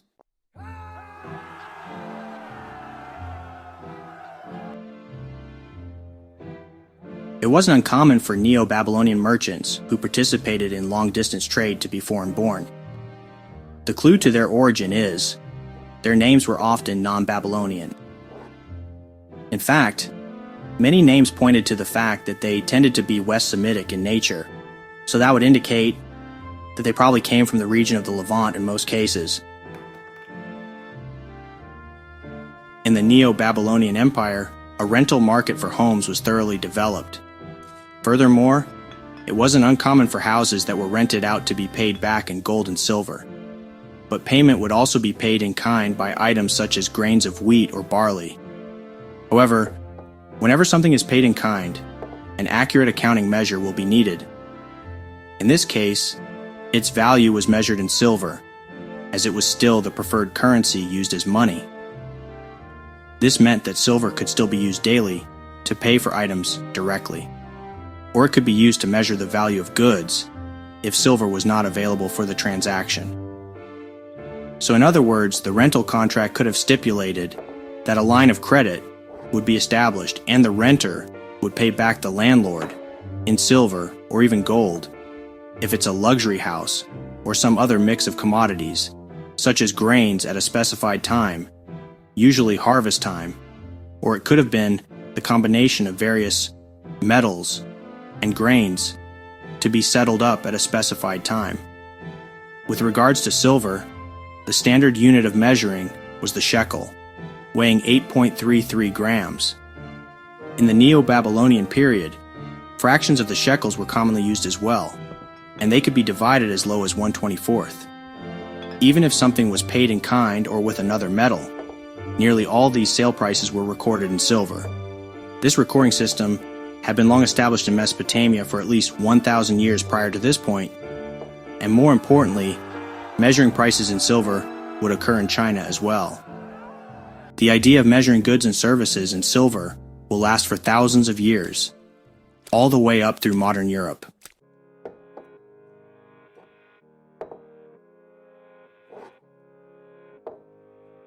The use of paying in kind and setting up credit agreements indicates that there was still a shortage of silver and gold for everyday transactions. This also will be an issue that civilizations through Renaissance Europe will have to grapple with. Also, as farming got larger and more complex in Babylonia, there was an ever-increasing dependency upon hired labor, especially at harvest time. Salaries were still paid in kind as well, but there was an ever-increasing use of silver as a means for paying salaries, assuming there was excess silver. There was a shift in terms of payments. During the time of the Old Babylonian period, being paid in kind would have been much more prevalent. But now that we are in the Neo-Babylon period, the use of silver was replacing being paid in kind. Therefore, by the time of the Neo-Babylonian period, the Mesopotamia region, including other kingdoms in Anatolia, and the Levant experienced a shift towards monetization, with certain periods that seemed to be moving quicker into that direction, and other Dark Age periods that seemed to reverse course. But it's not until the Babylonians had recontrolled the region of Mesopotamia from the Assyrians that commerce and society in general moved to a more monetized society using silver as a means of payment. However, individuals may have still relied on in-kind payments of grains, but that form of a medium of exchange was less likely to be used, especially in long-distance trade, and more likely to use a metal as a means of exchange.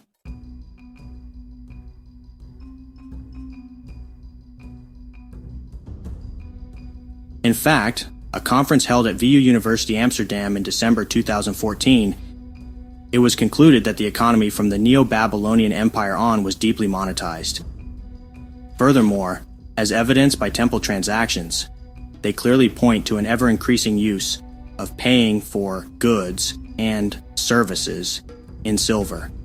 Even though the Neo-Babylonians were becoming deeply monetized, that doesn't necessarily mean the silver was an all-purpose money, as it still wasn't universally accepted by everyone, in large part because there wasn't enough of it to go around. This is why so many societies and cultures have leaned so heavily on credit contracts to conduct business, whether it's long-distance trade or running a tab at the local brew house in Babylon. Long-distance trade was expanding into and out of Babylonia. As such, the Babylonians were able to import silver and other precious metals and stones into the kingdom. Furthermore, as the Babylonians were able to scale up their farming production, they were able to increase their crop yields considerably. Therefore, the aggregate silver supply and other precious metals grew along with grain storage. To protect these assets, they had to be stored in banks, just as the Sumerians did before them, a few thousand years prior to this. As a result of the growth of their economies, a banker class grew naturally out of their society.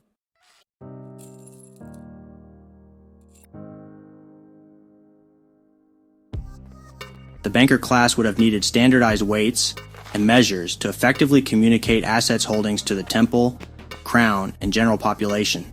Therefore, Neo-Babylonians continued the Mesopotamian tradition of using the weight of silver to measure a commodity's value.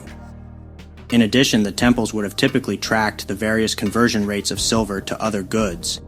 For example, they would chart the conversion rates of silver to gold, or silver to barley. Archaeologists were able to piece together their conversion rates of the various systems of weights and measures through their various finds. For example, a tablet was recovered which showed that an individual wanted to sell gold for silver.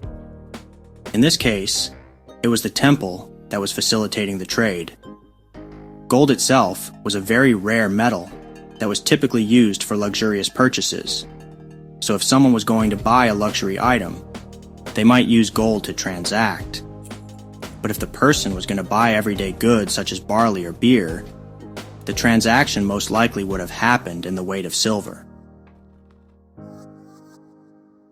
The weight of silver was weighed in a unit of a mina. In addition, as the economy grew and more silver was brought into Babylonia, an excess savings rate would have occurred. Therefore, certain individuals or the temple would have accumulated excess assets, including grains or silver, while at the same time certain individuals would have needed to borrow silver or grains. The borrowing could have been for many reasons, including that they needed to smooth out consumption because they had low crop yields and were looking at potential starvation, or they were looking to form a long-distance trade expedition and needed capital. So therefore, the macro growth of the Assyrian and then Babylonian economies naturally led to a growth of lending activities as borrowers, and lenders paired up with each other.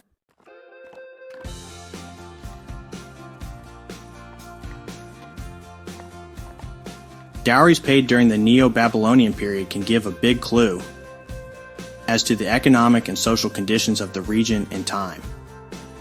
These dowries could range by quite a bit, from very expensive dowries to little to none. A tablet was discovered that showed a dowry given by the bride's family, and that included items such as jewelry, an Akkadian bed, chairs and a table, and a platter server. this dowry did not include silver or real estate or even slaves. Dowries could often include these items if they were given by wealthy families. In this case, the dowry was quite small, but that doesn't necessarily mean they were poor. It also could have meant that the husband didn't need anything and came from some sort of wealth.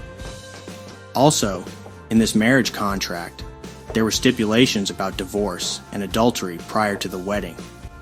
If a divorce would happen, the groom's family would have to pay 6 minas as a silver and let the wife move back in with her family. However, if the female was found with another man, she was to be put to death with an iron dagger. Typically, the iron dagger stipulation would have been included if there was a minimal dowry by the wives' families. On the other hand, if the bride's family could afford to give a large dowry, the economic consequences of losing the dowry could be quite high for the groom, so therefore no stipulations about compensatory payment were necessary. Adultery was most likely severely punished in these marriages as well, even though this is not made explicit in the agreements made for wealthy brides. So, in other words, if you were poor, the groom would have to pay back some of the dowry or other compensation, and the bride would be murdered if she committed adultery. But this most likely doesn't happen to wealthy brides. If the bride's family was well known, the dagger clause wouldn't be included. This shouldn't be much of a surprise since well-known families will always be protected from embarrassment if possible, and killing an accused, unfaithful wife just wasn't a good look for the family. The fact is, marriages were often alliances based on prestige and social networks, and in a way that still exists today. The wealthy and prestigious AGB family put up a very small dowry for their daughters when they got married. Since they had a prestigious name, a large dowry was not needed or expected, because ultimately the daughters' husbands would probably come from a prestigious background. If a prestigious daughter were to marry into a lesser family, the new husband was marrying into a prestigious family, and that was more than enough. For example, if a marriage was to take place with the daughter being part of a royal merchant family, the husband's family may not require a large dowry if it is more important to marry into a royal merchant family, because ultimately, a daughter of a royal merchant was kind of looked like an inroad for the husband's family into potential wealth and prosperity.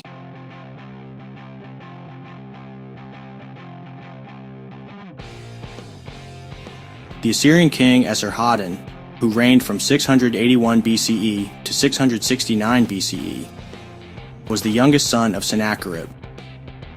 He ascended to the throne after Sennacherib was murdered by 2 of his sons. One of Esarhaddon's early acts was that he completely rebuilt the city of Babylon. He turned out to be a powerful ruler who conquered lands from Egypt, Nubia, and Libya to the east, and Iran and the Eurasian steppe, including the Persians, Medes, and Scythians to the west, as well as Arabs, Phoenicians, and some Greeks and Lydians. Under his rule, the Assyrian Empire was at or near its zenith. Babylonians and Chaldeans remained peaceful and quiet.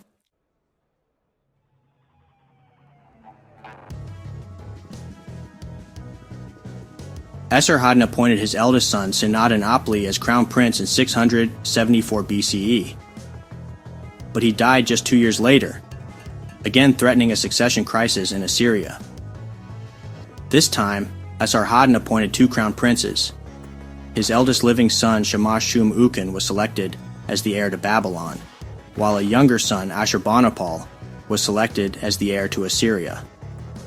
Esarhaddon went on his 3rd campaign into Egypt in 669 BCE. Before he could reach the Egyptian border, he apparently died of natural causes. After his death, his younger son Ashurbanipal ascended to the Assyrian throne, while his older son Shamash-shum-ukin ascended to the Babylonian throne as he intended.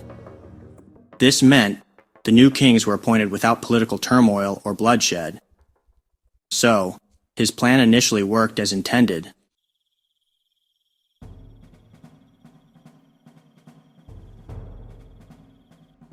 However, the next major revolt in Babylon against the Assyrian Empire was fermented not by a Chaldean, Babylonian, or Elamite, but by Shamash-Shum-Ukin, who was appointed king of Babylon by his late father and previous king of Assyria, Esarhaddon. Shamash-Shum-Ukin was the older brother of Ashurbanipal, who ruled from 668 to 627 BCE, the new ruler of the Neo-Assyrian Empire. It has been speculated that Esarhaddon foresaw possible concerns with Shamash-Shum-Ukin, and that's why he was appointed king of Babylonia, not Assyria.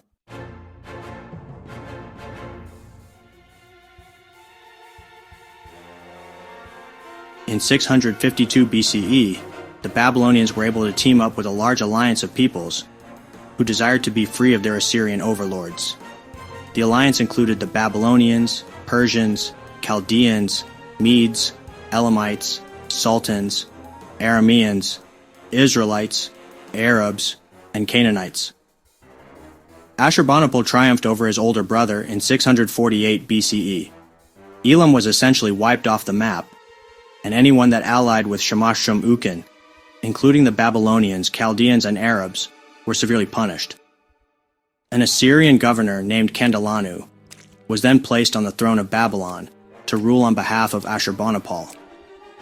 The rest of Ashurbanipal's rule was peaceful and uneventful, but when Ashurbanipal died, chaos ensued, and Assyria descended into a bitter civil war. During this civil war, their vassals, including Babylonia, revolted and ceased paying tribute.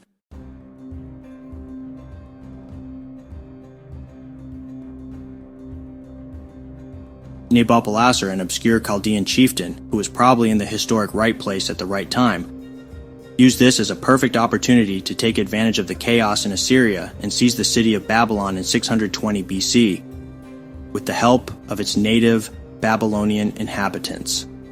Sinshar-Ishkun amassed a powerful army and marched into Babylon to regain control of the region. Nabopolassar was most likely saved because yet another massive Assyrian rebellion broke out in Nineveh, which forced the Assyrian king to turn his army around to quell the revolt. Nabopolassar took advantage of this situation, seizing the ancient city of Nippur in 619 BCE.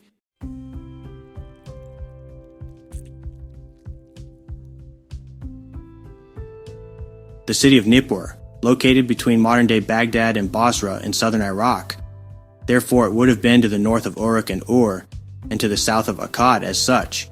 Its location would have allowed for a lot of mixing of cultures in this city.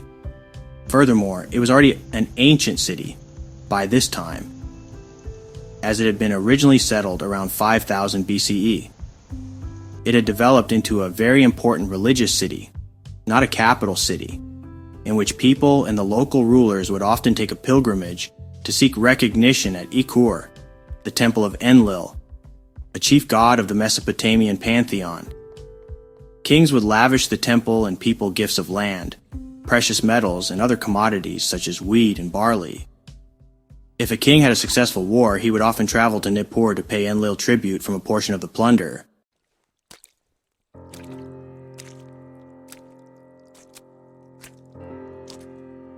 Nippur's unique position in Mesopotamian history is a testament to its enduring religious, cultural, and economic significance. Unlike other major cities such as Uruk, Ur, and Babylon, which rose and fell as political powerhouses, Nippur maintained its importance due to its role as a religious and intellectual center. Even after Marduk became the chief god of Babylon, Enlil, the god associated with Nippur, continued to be revered. This religious importance often shielded Nippur from the wars that plagued other city-states, allowing it to remain a sanctuary of stability and continuity.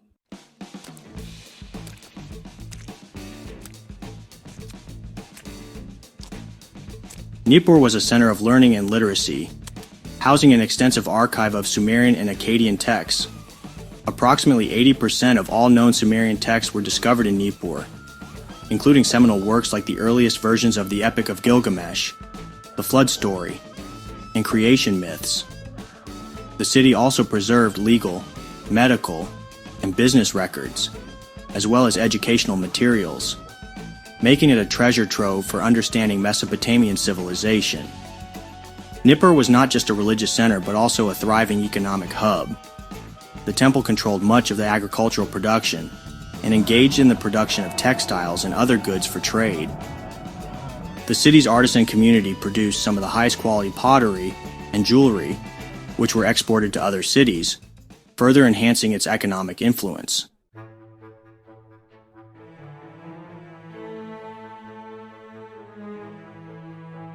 Unlike other city-states where the temple was closely supervised by the governor, who was appointed by the king, Nippur's temple enjoyed greater autonomy.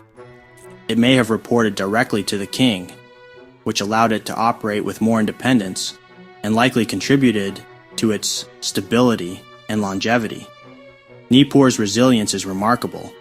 While other cities declined or were abandoned during periods of conquest and political change, Nippur continued to thrive.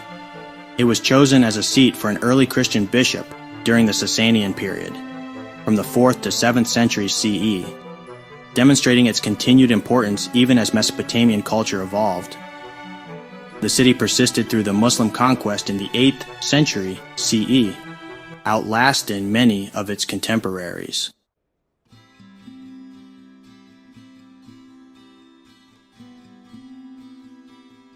Even as new powers like the Persian Sasanians and later Muslim rulers controlled the region, aspects of Mesopotamian culture persisted in Nippur.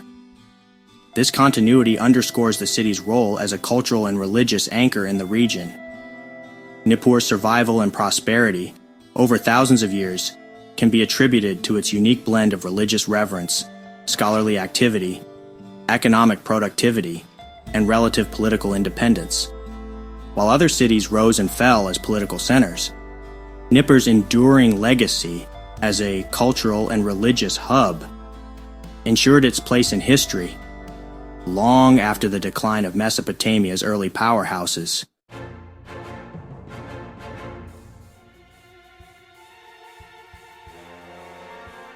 Nabopolassar's seizing of Nippur was a vital first step before he entered an alliance with Medes, the forerunners to the Achaemenid Persian Empire.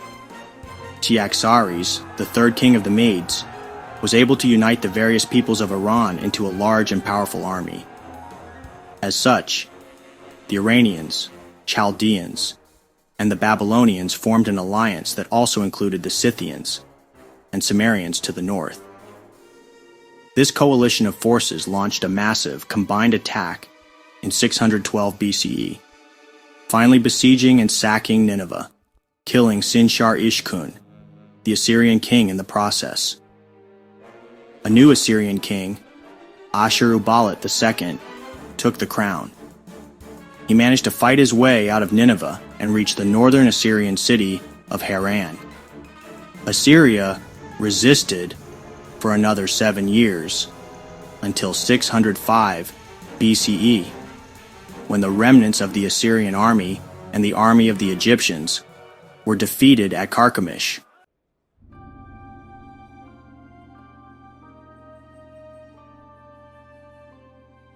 Nabopolassar, the Chaldean king of Babylon, now ruled all southern Mesopotamia and the former Assyrian possessions of Syria, Phoenicia, Israel, Cyprus, and parts of Arabia.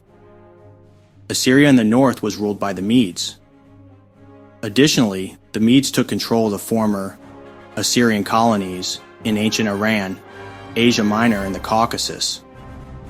In fact, the height of the Neo-Babylonian Empire, from 626 BCE to 539 BCE, was referred to as the Chaldean dynasty.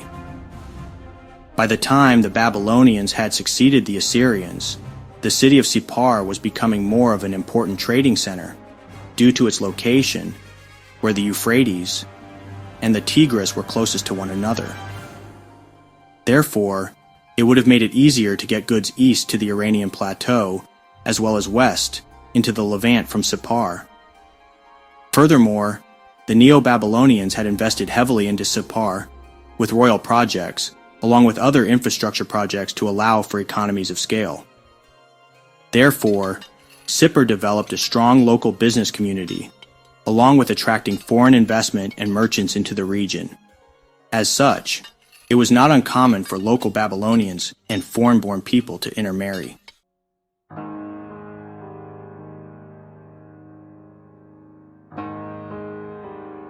In addition, Nippur was an important center for the sun god Shamash, whose temple stood in the middle of the city. It also wasn't uncommon for people of the Levant, particularly the people of Judea, to trade with the temple of the god Shamash. Therefore, it appears that the people of Babylonia were open to the idea of immigration, different religions, and a general mixing of the populations.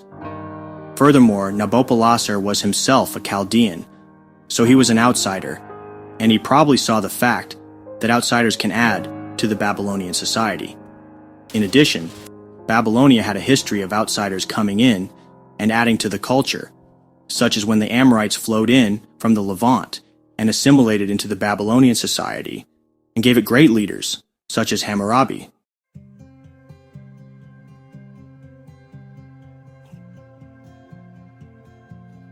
The outsiders, particularly the people of West Semitic origin, probably did better in long-distance trade because they could reduce transaction costs, based on the sheer fact that they would have understood local trade, language, and customs in places outside of Babylonia.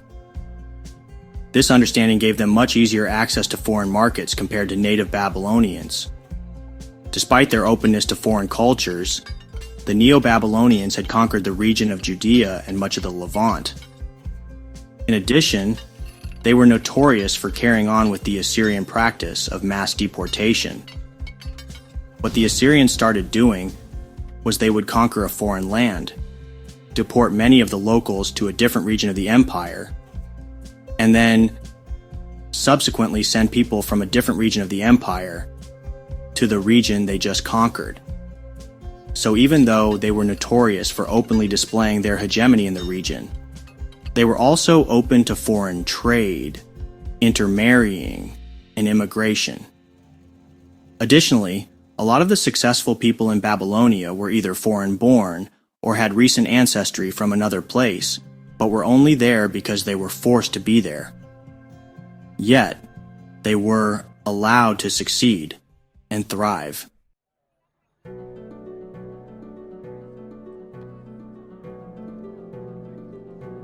Therefore, the region of Mesopotamia at the time was dependent on international trade and lending for its economic well-being. Even though this international trade was mostly trade that would have been happening in the Near East, Northern Africa, and parts of South Asia and Southeastern Europe, it was nonetheless trade that was happening between different states, with people that had different languages, different customs, and different religions.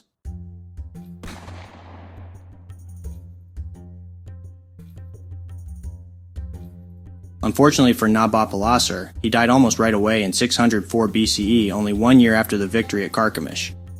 He was succeeded by his son, who took the name Nebuchadnezzar II, after the unrelated 12th century BCE native Akkadian Babylonian king Nebuchadnezzar. This points out that the Chaldeans, who migrated into the region from the Levant, had fully integrated into the native Mesopotamian culture, just like the Amorites, a little over 1,000 years prior in Babylonia.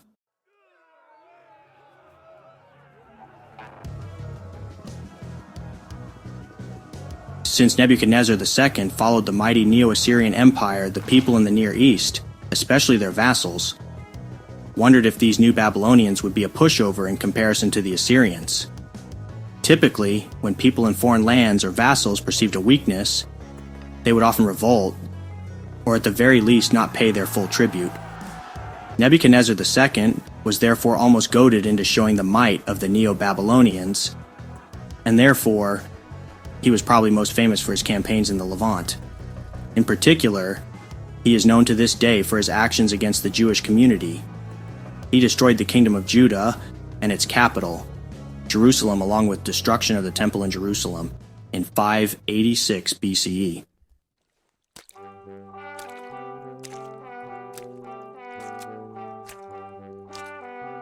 The destruction of Jerusalem led to him to carry on the old Assyrian tradition of mass deportation and had exiled Jews to Babylon. Therefore, Jews have referred to Nebuchadnezzar II as the greatest enemy they had faced and the destroyer of nations. Furthermore, the book of Daniel in the Bible doesn't go easy on him either, and portrays him as madman, killing all the smartest people who he could round up. Within the Assyrian Empire, the use of deportation of conquered populations in the Near East was particularly popular during the reigns from Tiglath-Pileser III, Sargon II, and Sennacherib. The Assyrians typically used two-way deportations. People were deported from a conquered land, but that would leave a vacancy in that region. Therefore, the Assyrians would fill that vacancy by moving people in from other lands into that conquering land. So therefore, people were being moved out, while other people were being moved in. But they were different ethnicities or cultures. The whole point was to try to ensure the newly conquered lands would be populated with people loyal to the crown, and therefore they hoped stability would reign in the area.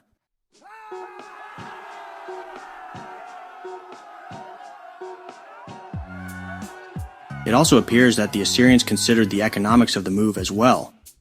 Therefore, the Neo-Assyrian administration used mass deportations as a tool to meet the following goals. First, they wanted to punish the rebellion. Then it was to weaken centers of resistance, and to ensure the loyalty of deportees. Some of them would be used for military conscription. Others with certain skills were used as a source of craftsmen and laborers. All this would help populate urban centers and strategic sites. And then they wanted to help repopulate abandoned and devastated regions. The Neo-Babylonians, under rulers like Nebuchadnezzar II, frequently employed mass deportations as a tool of control and punishment.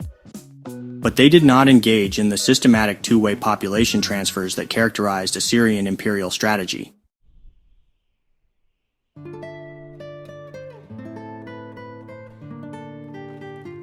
For example, after the destruction of Ashkelon in 603 BCE, Nebuchadnezzar did not repopulate the area or invest in its reconstruction. This suggests a lack of interest in maintaining long-term economic or administrative control over the southern Levant, beyond securing tribute and preventing rebellion. The Neo-Babylonians seem more concerned with extracting wealth and suppressing revolts than with fully integrating distant regions into their imperial structure, or increasing its taxation or tribute base through investing in their long-distance trade. The southern Levant, including Judah after the destruction of Jerusalem in 586 BCE, was often left depopulated or underdeveloped, with no effort to rebuild key cities or reintroduce productive populations. Deportees, such as the Judean elite after the fall of Jerusalem, were often brought to Babylonia itself to serve as laborers, or to be integrated into the empire's heartland. This contrasts with the Assyrian model of mixing populations across provinces. The region of Nippur became one of the main recipients of the influx of deportees. The goal may have been to weaken peripheral regions while strengthening the core, rather than creating a unified, interconnected empire.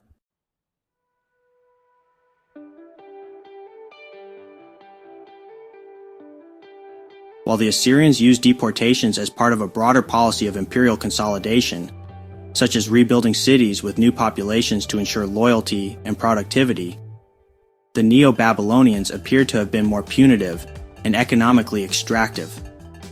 The lack of investment in regions like Ashkelon suggests that their primary concern was eliminating threats rather than fostering stability or growth in conquered territories.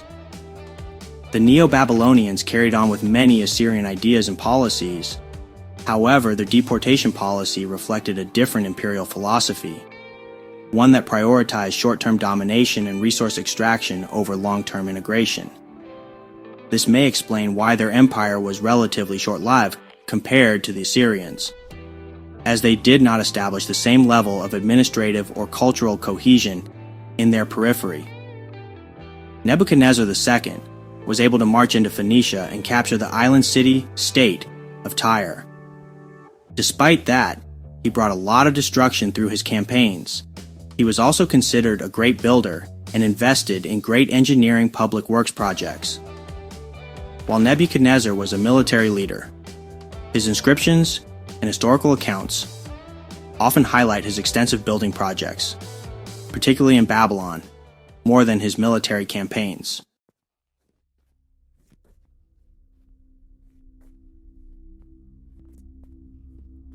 Nebuchadnezzar II also built the famous Hanging Gardens for his queen to remind her of the fields and hills of her homeland, back in Iran.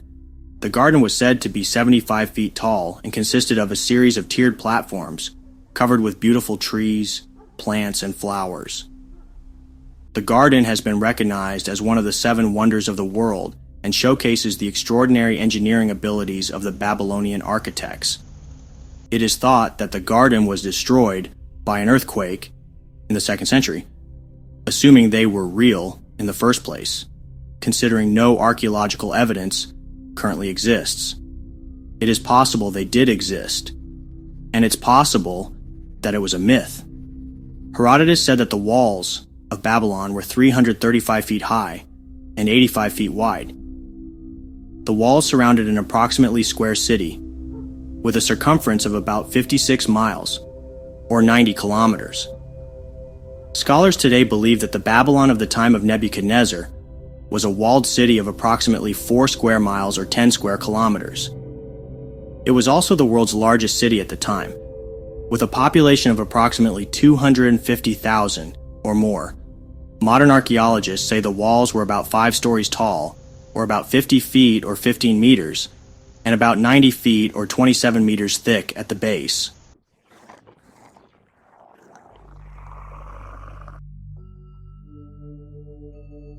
Nebuchadnezzar was succeeded by Marduk, but he was overthrown and murdered in 560 BCE. Since he was on the throne for only 2 years, not a lot is known about his reign. It doesn't even appear that he was Nebuchadnezzar's oldest son, so it is a bit of a mystery as to why he was appointed the crown prince to begin with. It appears that he was killed by his sister's husband, Nergal-Shar-Usur. This usurper was a wealthy businessman and landowner, of which he owned lands in Sippar and Uruk, which were both ancient cities by this time.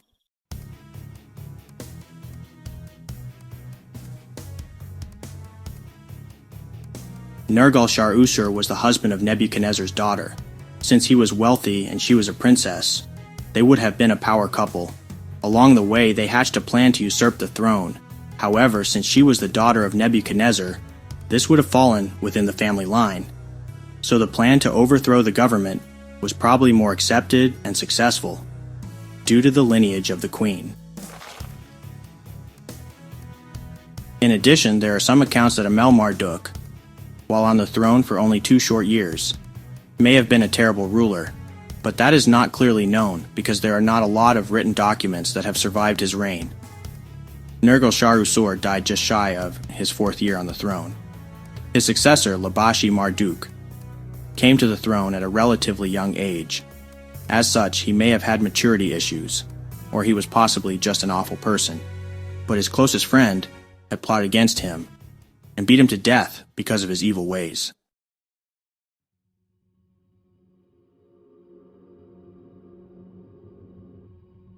He had only lasted a few months before the last king of the Neo-Babylonian Empire, Nabonidus, came to the throne. In fact, Nabonidus was the last native Mesopotamian king to rule the Near East. It's a bit of a mystery as to how he came to the throne, but he may have been married to one of Nebuchadnezzar's daughters. His origin is not known either, as he may have been either Syrian and/or Aramean. He may even have been an ambassador in Anatolia when the Medians and the Lydians had their famous Battle of the Eclipse in 585 BCE. But that is a bit of speculation, as it is not known for sure if he is the same person that was written about in the region, or it was another person with the same name. The reason this happens is because Assyriologists have tried to put together the events that put him on the throne and piece together his backstory, But what happens is they see people with similar sounding names and other written records. It's possible that more records will appear, and we can figure out more and more about them. But at this point, little bit is known about his past. Furthermore, it may have been his son Belshazzar, who usurped the throne, but put his father on the throne instead of himself. Belshazzar could have been driven by greed, because after Labashi-Marduk's death, much of his wealth and his estates were transferred and confiscated by Belshazzar.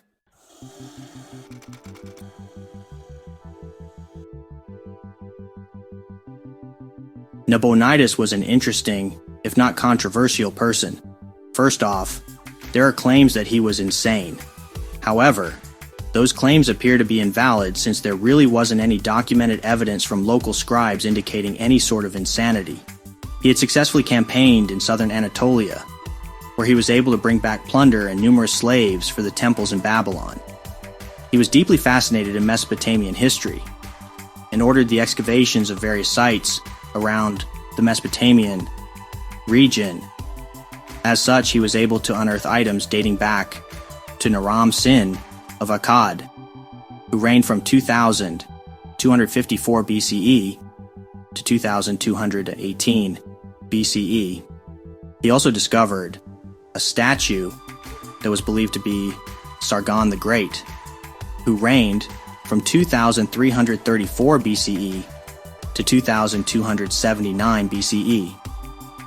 In fact, he has been described as the very first archaeologist ever.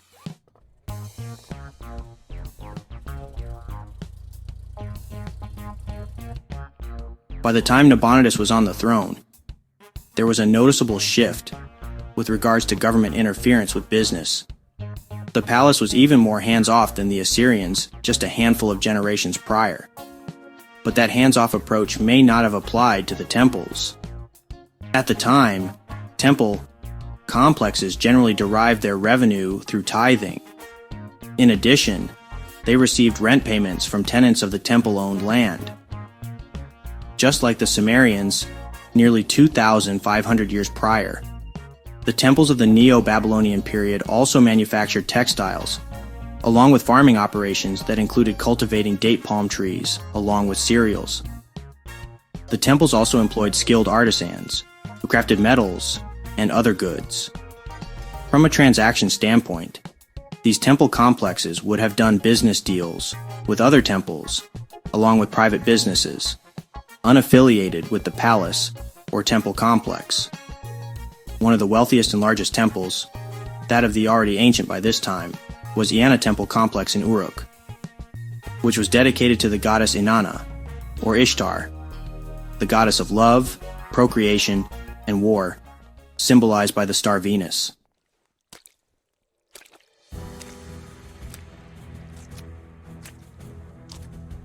This temple complex grew in size and wealth during the reign of Ashurbanipal, who was the Neo-Assyrian king from 669 BCE to his death in 631. This enlargement was partly derived from when he confiscated some private land ownership and gave it to this temple. As such, the Ea-Nasir temple complex was the largest landowner in southern Mesopotamia.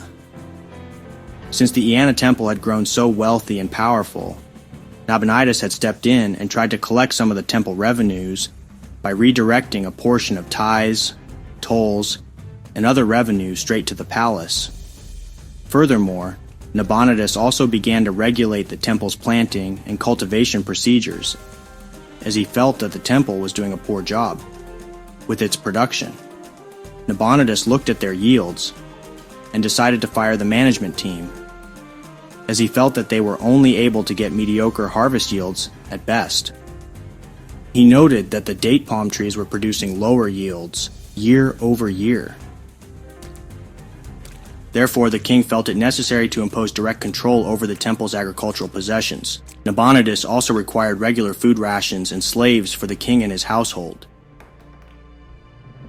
Furthermore, Nabonidus installed an accountant from his palace to review the temple's books and records by conducting audits.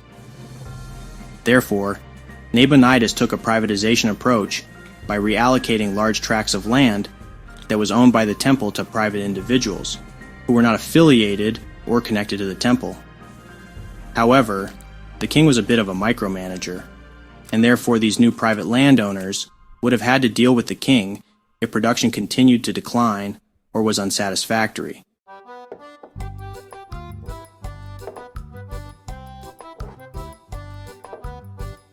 As such, the production measures by Nabonidus were boasted about in his so-called Tariff Stela from Babylon. The Tariff Stela, also known as the Cylinder of Nabonidus or Economic Reform Text, is a fascinating inscription that sheds light on Nabonidus' economic policies and his efforts to portray himself as a just and prosperous ruler. Nabonidus claims that, during his reign, favorable exchange rates for commodities like barley, silver, and other goods were established, ensuring fair trade and prosperity. The Stela states, at the command of Sin, who was the moon god and became the supreme deity for Nabonidus, king of the gods, Adad, the weather god, released the rain for me, and Ea, the god of sweet water under the earth, opened for me lavishly his sources. Wealth, fertility, and plenty he established in my country. 234 liters of barley for 1 shekel, 270 liters of dates for 1 shekel, 66 liters of sesame for 1 shekel, 18 liters of oil for 1 shekel, 5 pounds of wool for 1 shekel, 1 pound of tin for 1 shekel, wine, the beer of the mountains, that does not exist in my country, 18 liters of wine for 1 shekel of silver, was the exchange value in my country.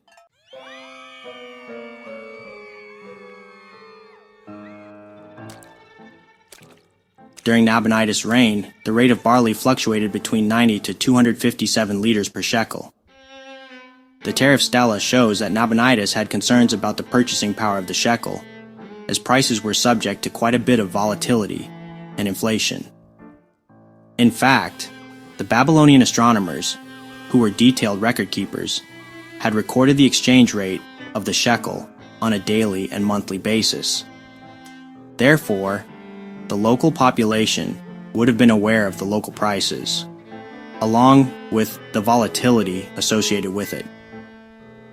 The Neo-Babylonians were constantly dealing with the supply and demand curves through the daily reality of the unpredictability of prices, as they were not set by the palace or the temple. Therefore, commodities were priced according to market forces, not by the palace. They even made a study of the prices, which was shown by the commodity price lists. Even the temples, who were large landowners and were self-sufficient, appeared to be market-oriented and specialized in the production of certain goods. For example, some would manufacture the production of wool, others in dates. With the money earned from their operations, the temples could pay wages and import other goods from the market.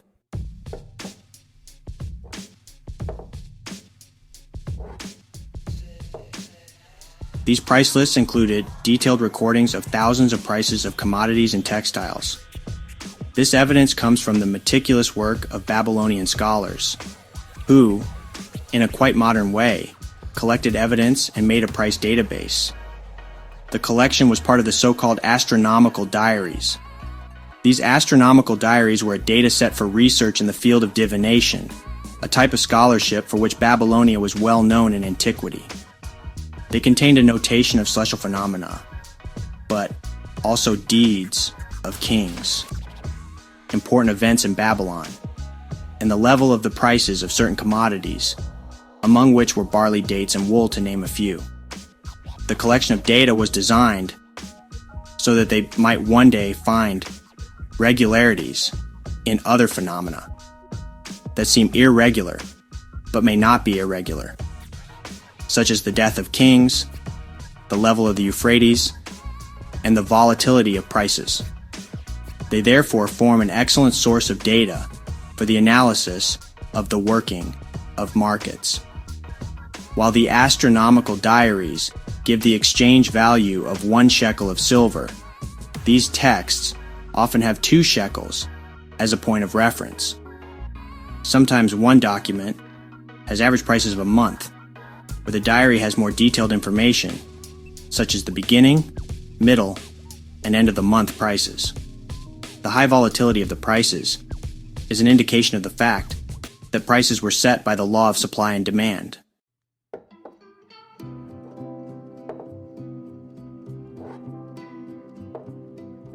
The astronomical diaries constitute a collection of data for the research into divination.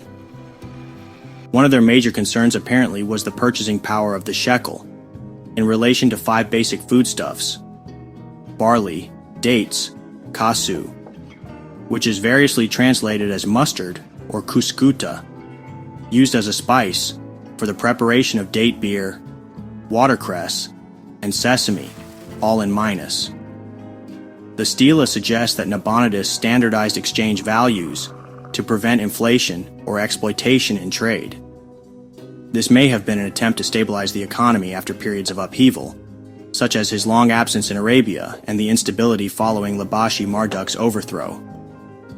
Earlier Babylonian kings like Hammurabi also issued decrees regulating prices and wages, but Nabonidus' stela is unusual in explicitly tying economic success to his personal rule. Unlike Nebuchadnezzar II, who boasted of grand construction projects, Nabonidus emphasized fair commerce, possibly to win over merchants and commoners alienated by his religious reforms. By highlighting economic stability, he may have been trying to counter narratives that he was neglectful or unfit to rule. Since Nabonidus was absent for long periods, Belshazzar likely enforced these economic policies in practice. The Book of Daniel depicts Belshazzar as a lavish spender, which contrasts with Nabonidus' claims of fiscal responsibility, hinting at possible economic strain by the end of their rule. The tariff stela is a key piece of evidence showing how Nabonidus tried to legitimize his rule through economic rhetoric rather than just military or religious means. However, since his empire fell to Cyrus the Great shortly after, historians debate how effective these policies truly were. Therefore, the stela was likely part of his royal propaganda to present himself as a competent ruler, especially since his preferred religion promoted the moon god Sin over Babylon's traditional god Marduk, made him unpopular with the priest. The reason he was so unpopular was Nabonidus began to repair temples dedicated to Sin, the moon god. Additionally, Nabonidus spent a considerable amount of time, maybe 10 years, in Arabia fighting and conquering new lands. He may have made it as far south as modern Medina. Therefore, the Babylonian king had essentially sent himself into self-exile, which meant he missed important holidays and celebrations dedicated to the local Babylonian gods. In the end, no one is quite sure why he had dedicated so much time and resources in Arabia, but it was in a strategic location due to important trade routes that ran through it, as it connected Egypt to Babylon. Some have speculated that to completely pacify or control the Arabian population, a strong king would have been needed in place for an extended period, versus a governor who reports to a king in Babylon. While he was off in Arabia, his son Belshazzar was left back in Babylon to rule in his stead. All the while, Nabonidus had encouraged Cyrus the Great to go to war with the Medes to keep them out of Babylonian politics. Cyrus was able to consolidate Iran into the Achaemenid Persian Empire, while the Babylonian king was off in self-exile in Arabia, worshipping Sin, the moon god. In fact, people in Babylon were starting to wonder if Nabonidus was trying to replace Marduk with Sin. As such, the New Year's festival had to be put on hold due to his absence. This festival was of utmost importance to the people, as it marked the king's annual reinstatement of Marduk's authority. It appears that once he returned to Babylon, their suspicions may have been warranted, as he may have begun to officially replace Marduk with Sin. Some people began to ask why he returned in the first place. Some believed he got worried about Cyrus's expansion, and others think he may have had a major disagreement with his son, Belshazzar. However, things got worse. Towards the end of his reign, famine gripped the region. Nabonidus blamed this on Sin's wrath because the Babylonians were resisting his changes. Eventually, Nabonidus would prepare for a Persian attack. However, despite all the preparations, Babylonia fell relatively quickly. In September of 539 BCE, Cyrus' forces besieged Opis.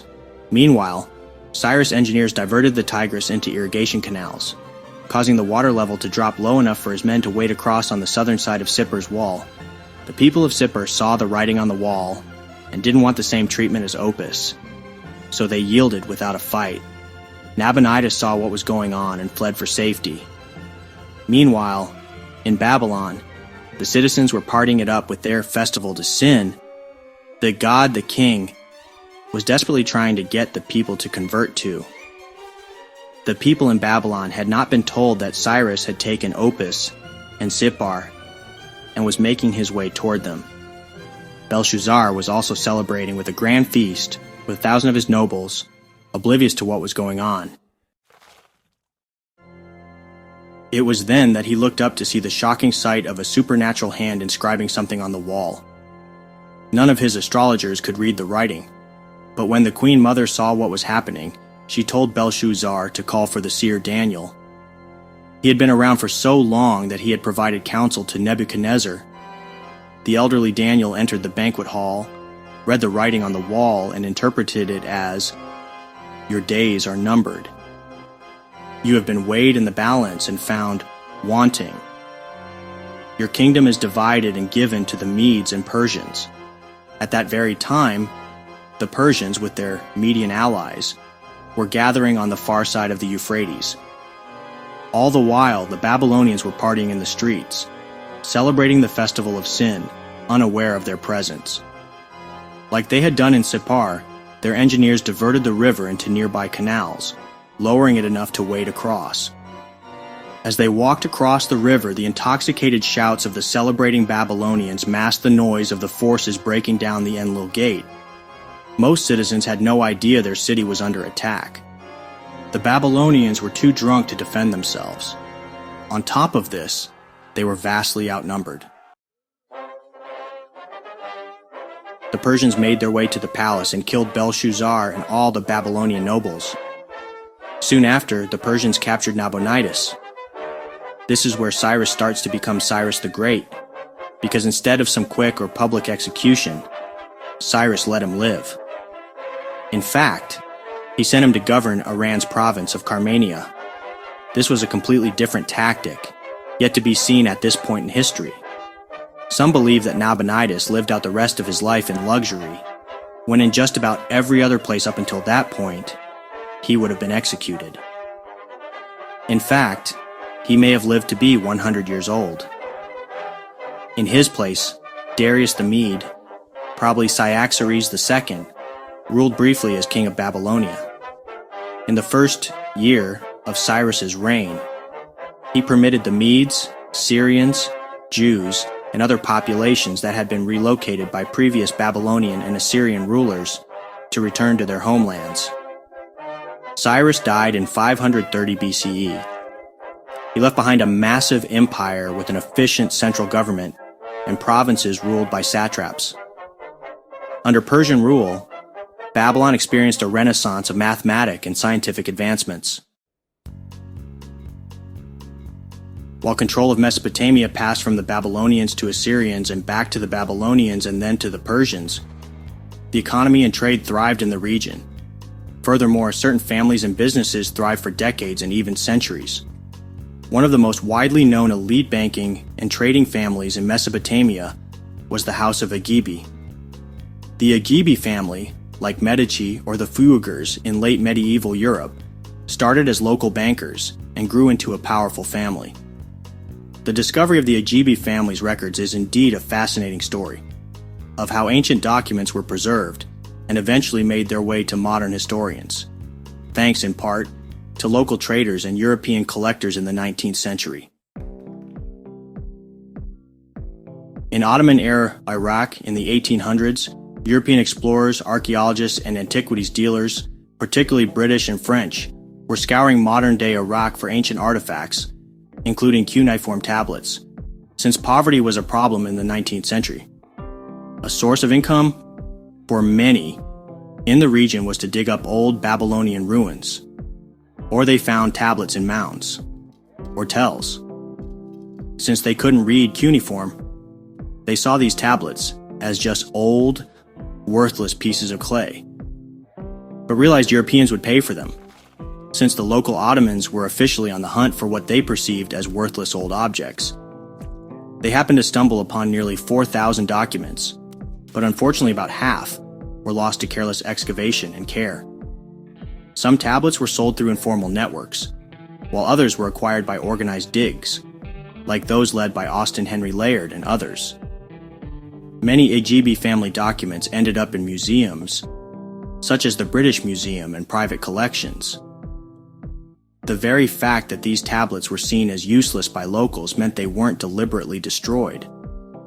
Unlike perishable papyrus or parchment, clay survives millennia if undisturbed. What was sold for pennies in Ottoman Iraq became priceless for understanding ancient economies. The family's financial power spanned 5 generations from around 600 to 482 BCE. Therefore, the family's operations were operational at the beginning of the Neo-Babylonian Empire and still there for the first 50 or so years of the Achaemenid Persian Empire. As such, it appears that the family most likely had strong political connections as well, as they would have needed to have permission from the palace or temple to be able to operate the enterprise. There appears to be some conflict as to the origins of the family. The original thought was they were started by a man named Jacob and therefore had Jewish origins, but this may not be accurate as it's possible that they were Babylonian and not Jewish. The root of this was the New York Times wrote a piece in 1879 documenting the family, calling them the oldest bankers. However, they didn't start out as bankers. They were more likely an entrepreneurial family that used their excess savings for lending. A man named Sulaja Egibi, or Sulaya Egibi, was most likely the founder of the dynasty. Sulaja Egibi likely began as a merchant dealing in barley and dates, 2 of Mesopotamia's staple commodities. His operations extended beyond Babylon, indicating long-distance trade connections. He didn't work alone. He formed partnerships with other merchants, leveraging their networks to expand his influence. Over time, his success in trade allowed him to establish links with the royal palace, a crucial step for any merchant family aiming for long-term wealth and influence. The primary business of the Egibi family was to first collect, then transport and store certain commodities. Therefore, they would have acted as a middleman between the producer and consumer of goods. Ultimately, the problem for the farmers was they were able to harvest their crops, but did not have a means to transport them to the city. And that's where the Egibi family stepped in. As the business grew, they branched out into the lending side of the business. As such, they progressed even further in banking, as they eventually accepted deposits and then provided loans from those deposits. They would have also paid off clients' debts and provided credit to other businesses or people looking for working capital. Therefore, the success of the family businesses allowed them to purchase large plots of land. Being a large landlord, they were able to acquire political connections. Eventually, Sulaja's son, Nabu-Ahe-Eddin, inherited and expanded the family business. The father and son eventually were involved with a haranu, which basically translates into a street or a caravan that organized business partnerships on a debt and equity basis. These partnerships commonly were formed between a senior financial backer and a junior partner. The roles were well defined, as the senior partner supplied the majority of the capital, while the junior partner did nearly all the work. The contracts were drafted as an interest-free debt contract, implying that the backer would recoup his original capital upon the dissolution of the business. From there, the profits were shared and either reinvested or distributed in regular intervals. These types of partnerships were neither new nor unique, as they've been around for a long time, possibly over 1,500 years by this point, especially in the long-distance trade. And it was this long-distance trade that put Assyria on the map during its old empire, and it was also what helped fund the Neo-Assyrian Empire. And since the Assyrians and the Babylonians were essentially sister cultures, it wouldn't be a surprise that the Neo-Babylonians would basically pick up where the Neo-Assyrians left off. The father and son eventually were involved with a haranu, which basically translates into a street or a caravan that organized business partnerships on a debt and equity basis. The haranu partnerships were a fascinating and well-established financial arrangement as they reflected a sophisticated understanding of investment risk sharing and profit distribution. The senior partner, usually a wealthy merchant or investor, provided the capital, while the junior partner, often a traveling merchant or agent, managed the trade operations. The contract was structured as an interest-free loan to avoid usury prohibitions, but in practice, it functioned as a profit-sharing agreement. The senior partner's capital was protected. They would recoup their initial investment before profits were divided. The junior partner bore the physical and logistical risks of long-distance trade. These risks included bandits, natural disasters, and maybe the biggest risk, price fluctuations. Profits were split according to pre-agreed ratios, often favoring the senior partner, such as 2/3 to the senior investor and 1/3 to the junior agent. Losses, if any, were absorbed by the senior partner, as the junior partner typically had no collateral beyond labor. These partnerships were crucial for financing trade caravans dealing in luxury goods such as silver, textiles, timber, or gems between Mesopotamia, Anatolia, the Levant, and the Persian Gulf. Their family business and general culture of long-distance trade have a lot of modern similarities. For example, the junior partners who did the majority, if not all the work, would eventually pay the senior partners back on any loans or startup capital. As such, this would be similar to the seed capital flowing into various startups and technologies or .coms, whereas a young person would put in an extensive number of hours in the expectation that the startup business would be very successful and profitable. However, one minor difference would be the fact that their junior partner was not allowed to bring on an additional partner, but the rewards could be very high in the end. This was precisely the type of business model that was adopted early on by the Agibi family. However, the risk was real. In fact, evidence seems to suggest that individuals had set up successful haranu companies only to lose everything, including properties they had acquired. The Agibi family was successful enough on the long-distance trade aspect that they eventually took a primary position as a senior partner and thus acted as venture capitalists in the haranu contracts to the other junior partners. As such, these haranu partnerships enabled the mobilization of large-scale capital without formal banking institutions.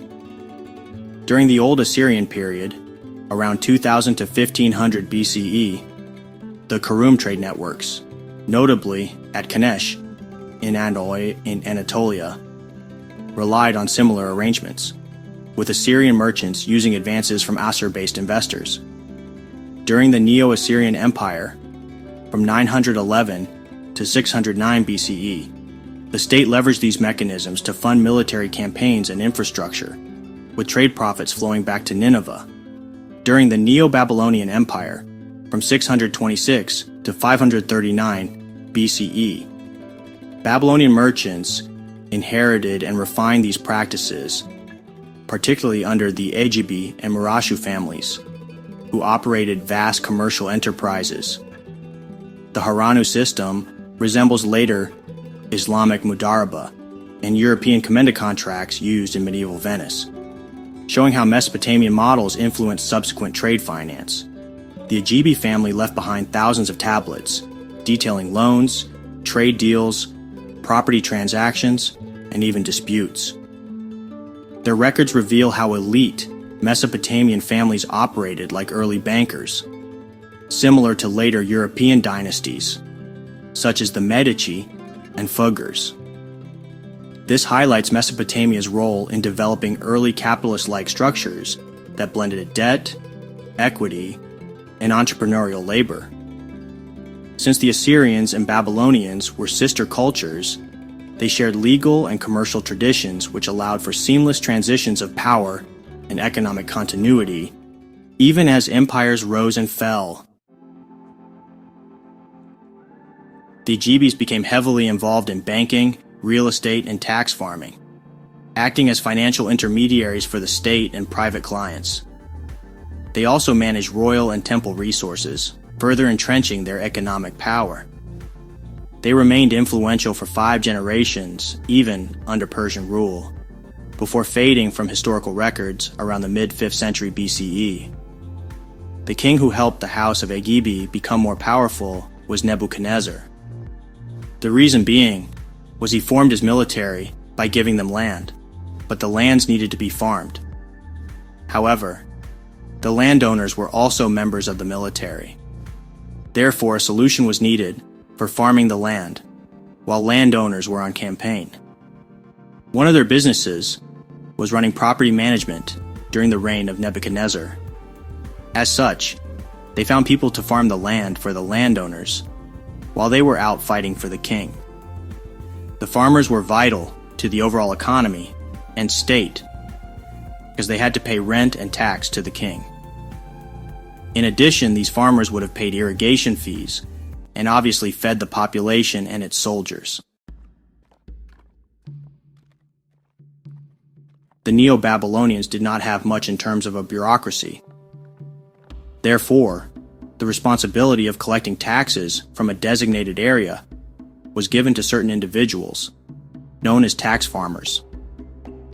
The way this system worked was there would be a tax auction. The highest bidder would then front the king the tax revenue based on the winning bid. The tax farmer would then collect taxes from the individuals from the auction's designated region. This would be nearly the same system the Romans used during the height of their empire. The system provided the king with a predictable revenue stream, but it did not protect ordinary citizens who were often abused and exploited by aggressive tax farmers. Therefore, this could be a very profitable business at the expense of the average citizen. You give the king the modern equivalent of $1 million. You go out and collect $2 million, and you keep the difference.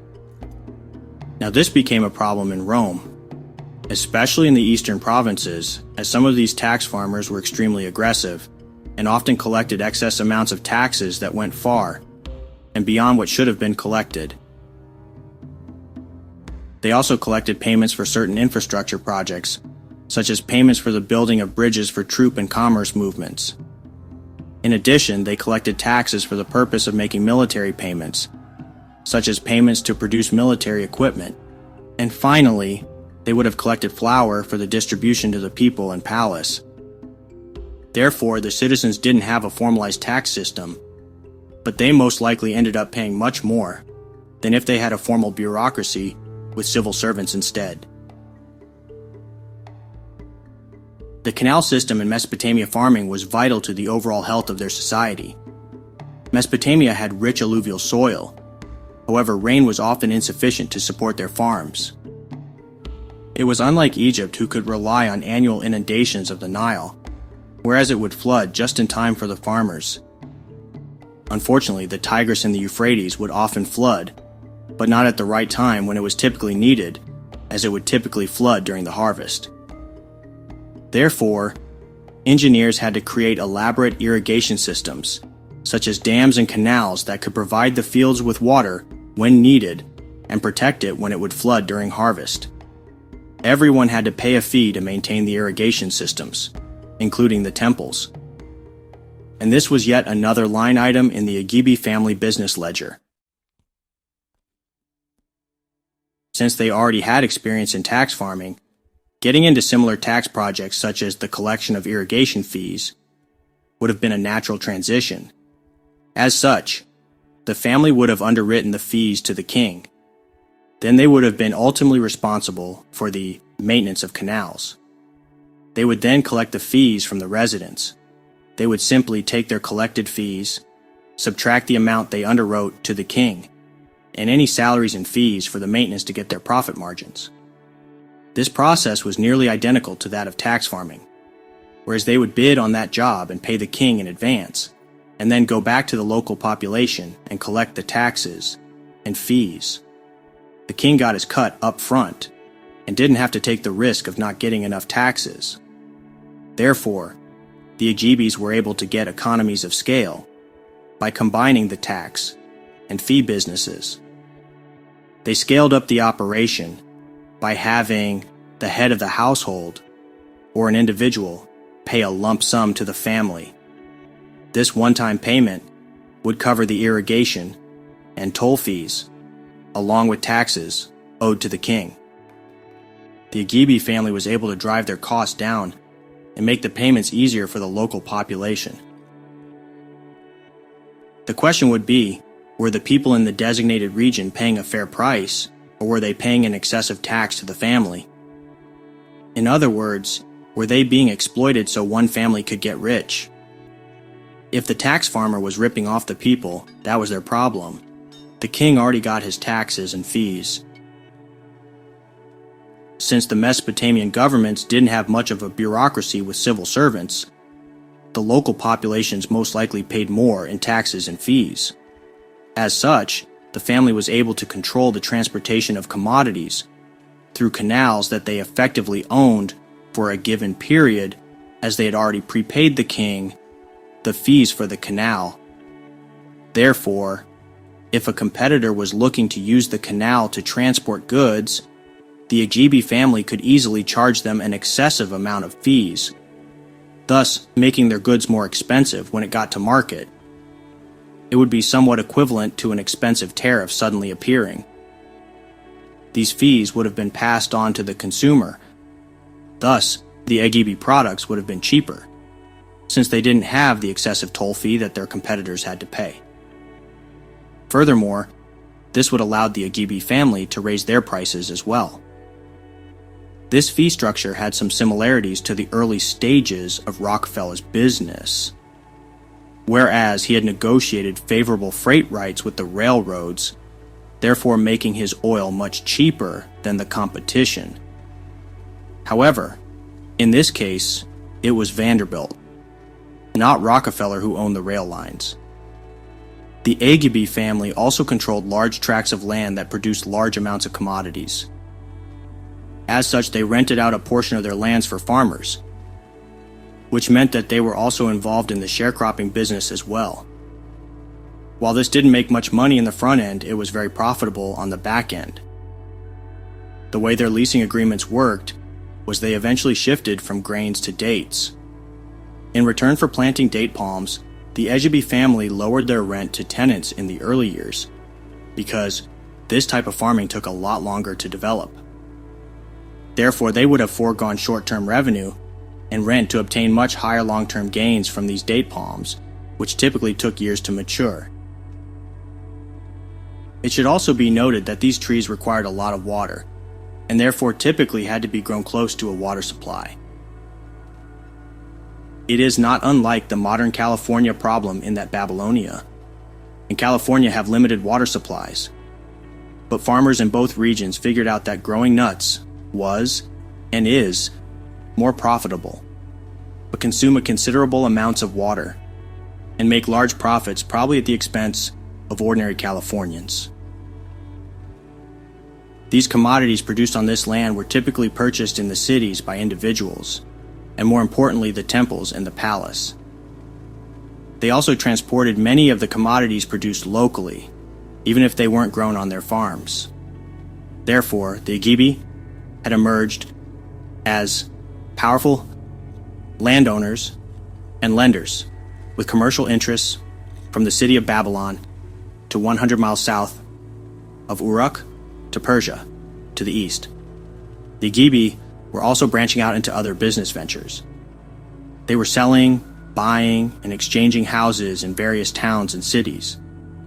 They also bought and sold boats for shipping and they were slavers, buying and selling hundreds of slaves.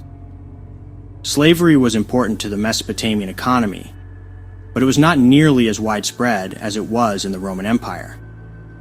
And therefore, slaves were typically more expensive in the Neo-Babylonian Empire in comparison to that of the Roman Empire.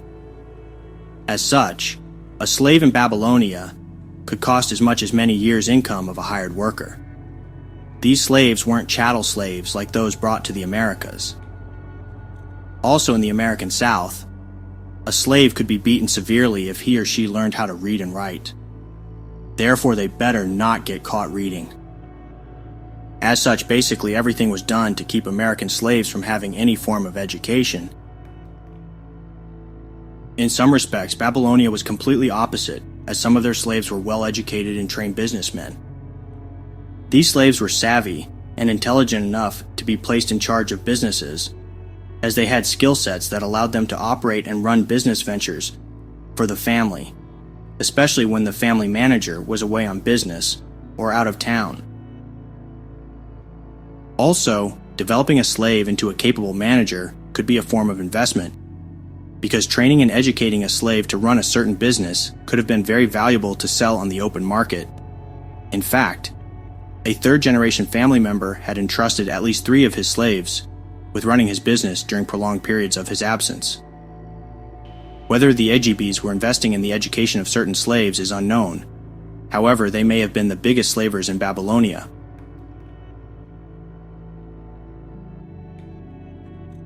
Typically, there was a political path that one takes once they become rich and powerful, especially if they owned a lot of land. Therefore, due to the political clout of some of the Ejibi family members, some became leading government officials such as land management and treasurer to the king. This Medici family will follow a similar path in the medieval Italian city-states with regards to the political landscape and later the papacy. Since they were generating so much income, they would have generated excess savings of silver, gold, and other commodities.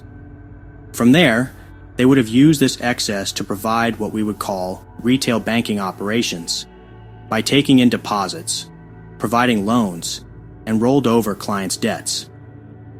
In addition, they financed international trade.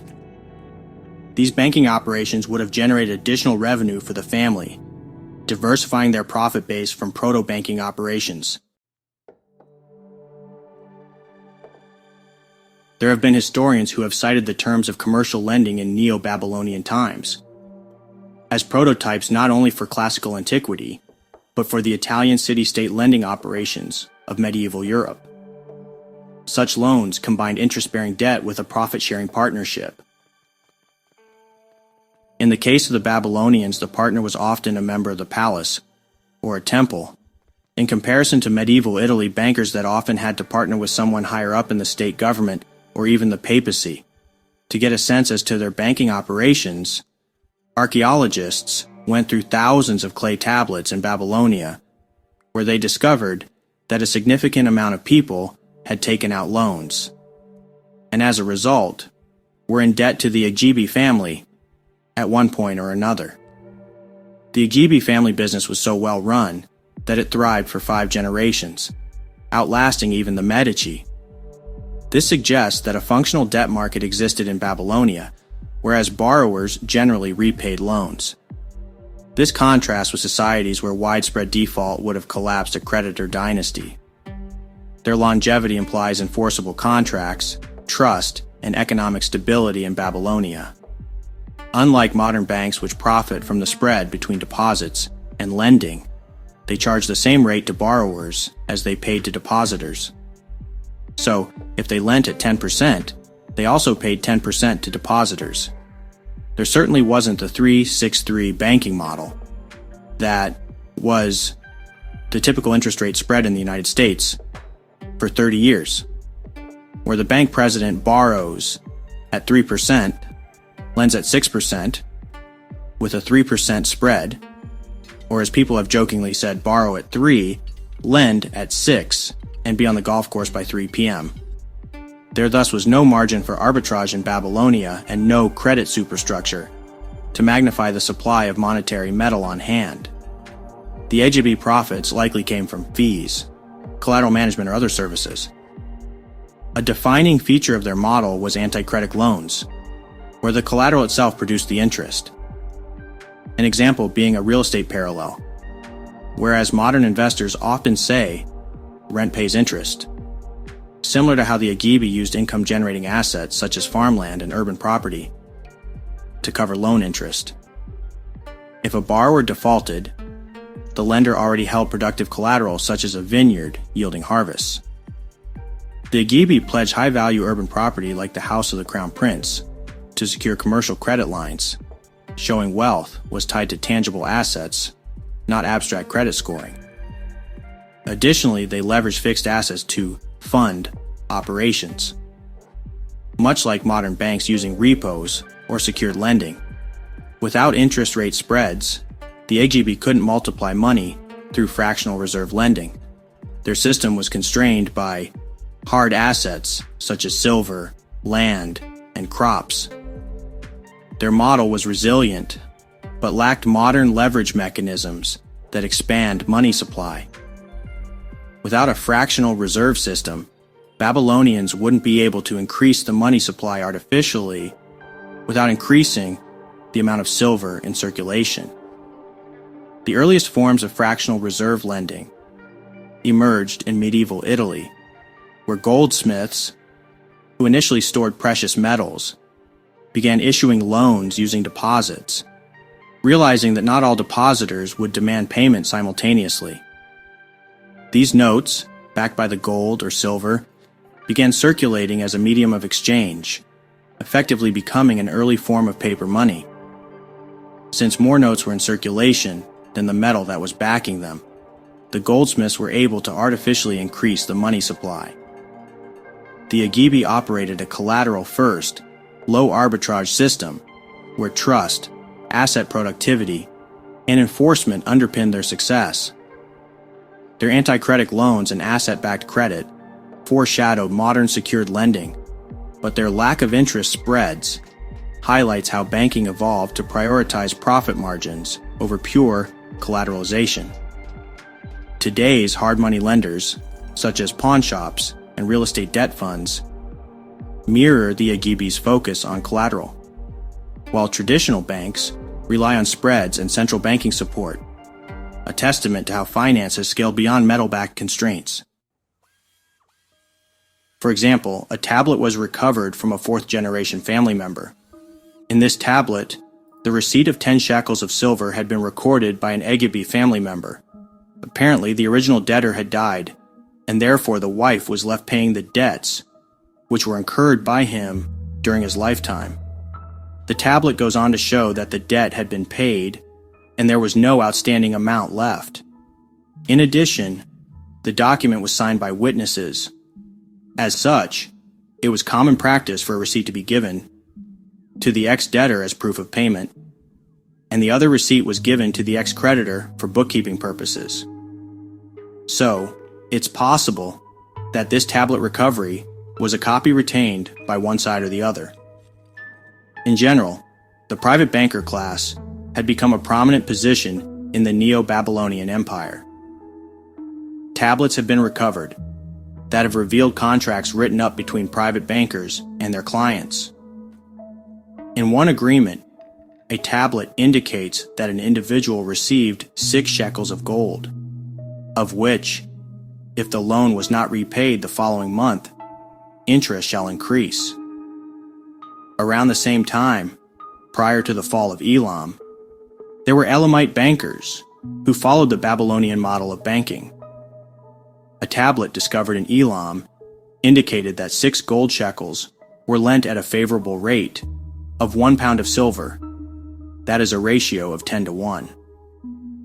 However, on the envelope, which was the only part available for inspection unless it is broken in the presence of a judge, the loan was discounted to 1 gold shekel, which would indicate that it was a rate of 12 to 1. The idea of using an envelope as a reconciliation system went back to the ancient Sumerian days, when the temples would put tokens inside an envelope for auditing purposes. Other tablets found in and around Elam around the time of the Neo-Babylonian Empire show transactions including the sale of sheep, or even the assignment of sheep to certain shepherds. Even after the Achaemenid Persians took over Mesopotamia, the Agb family was able to stay in business and continue to work as tax farmers, but were collecting for a new king.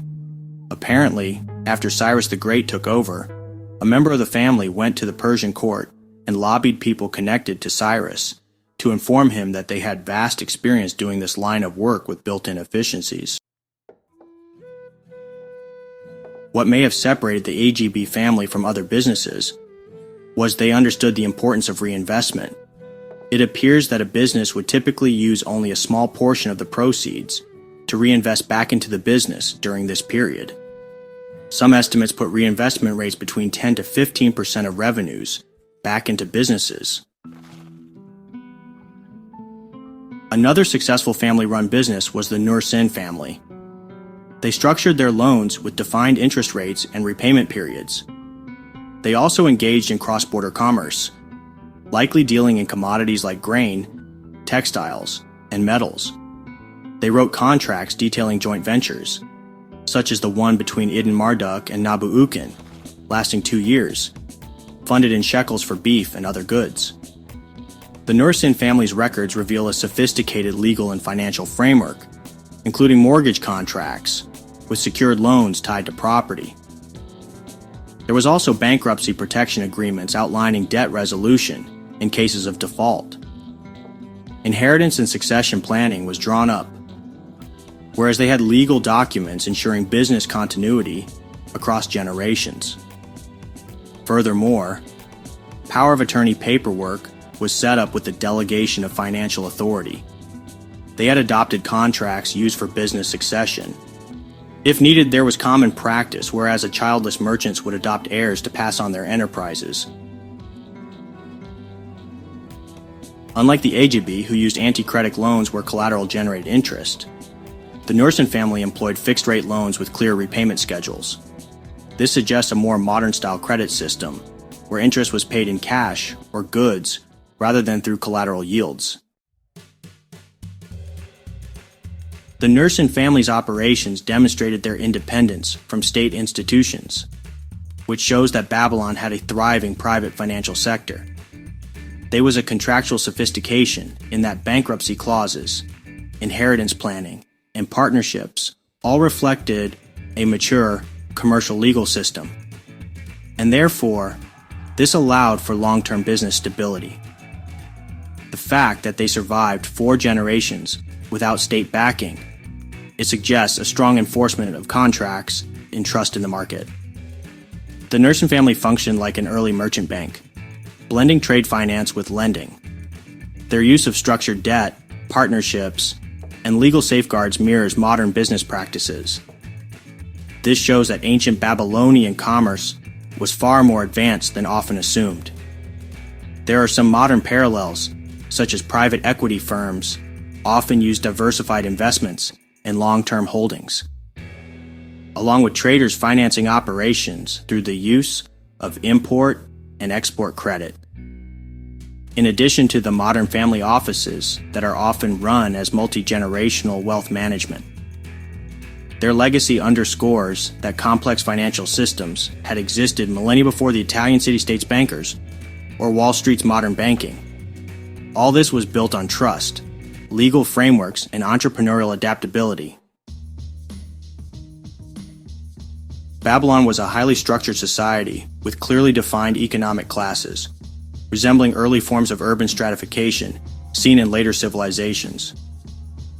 The existence of powerful banking families like the Agb and Nur-Sin, alongside merchants, priests, and government officials, points to a sophisticated upper middle class, while artisans and skilled laborers formed a lower middle class that struggled against slave labor competition, an ancient precursor to automation-driven wage suppression. The upper middle class were the bankers, merchants, and officials. The merchants and temple and government officials controlled long-distance trade, the import and export of grain, textiles, and metals. Temple officials managed vast economic resources, such as land, livestock, labor, and acted as tax collectors and administrators, reinforcing their elite status. These groups accumulated wealth through credit systems, trade monopolies, and political connections, functioning similarly to modern financiers and corporate elites. The next group was the lower middle class, which included the artisans and skilled laborers. This group included bakers, brewers, butchers, carpenters, coppersmiths, potters, barbers, weavers, and leather workers. The threat of slave labor would have had a direct impact on free workers, as it would have depressed wages for lower middle class citizens, reduced opportunities for women in trades, as slave labor replaced their roles, increased economic insecurity, pushing some people into debt bondage. Overall, an important historical pattern emerged. Strong centralized political authority often correlated with economic stability and growth, even if that was not the primary intention of the ruling power. The Neo-Babylonian Empire, under rulers like Nebuchadnezzar II, maintained a tight control over their conquered territories. The unintended consequence was it fostered trade and agricultural productivity.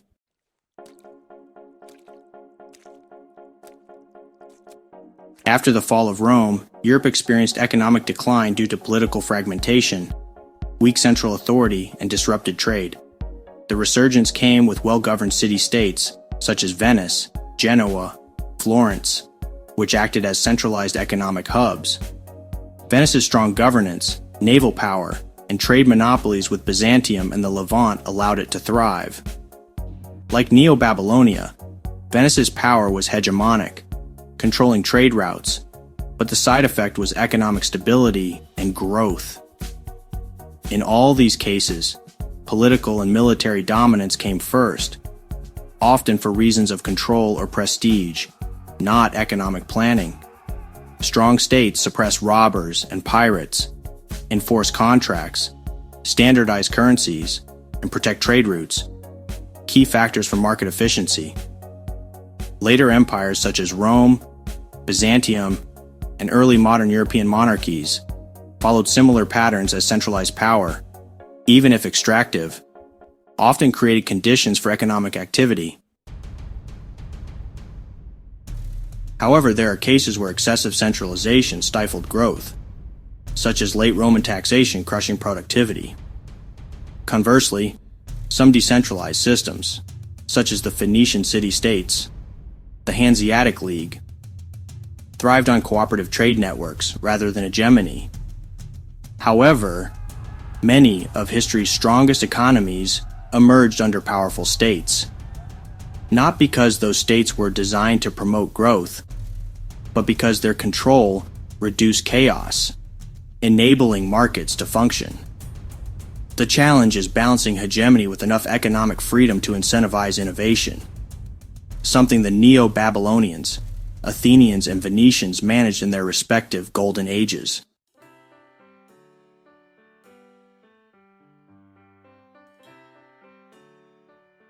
Thank you for watching the History of Money, Banking, and Trade podcast.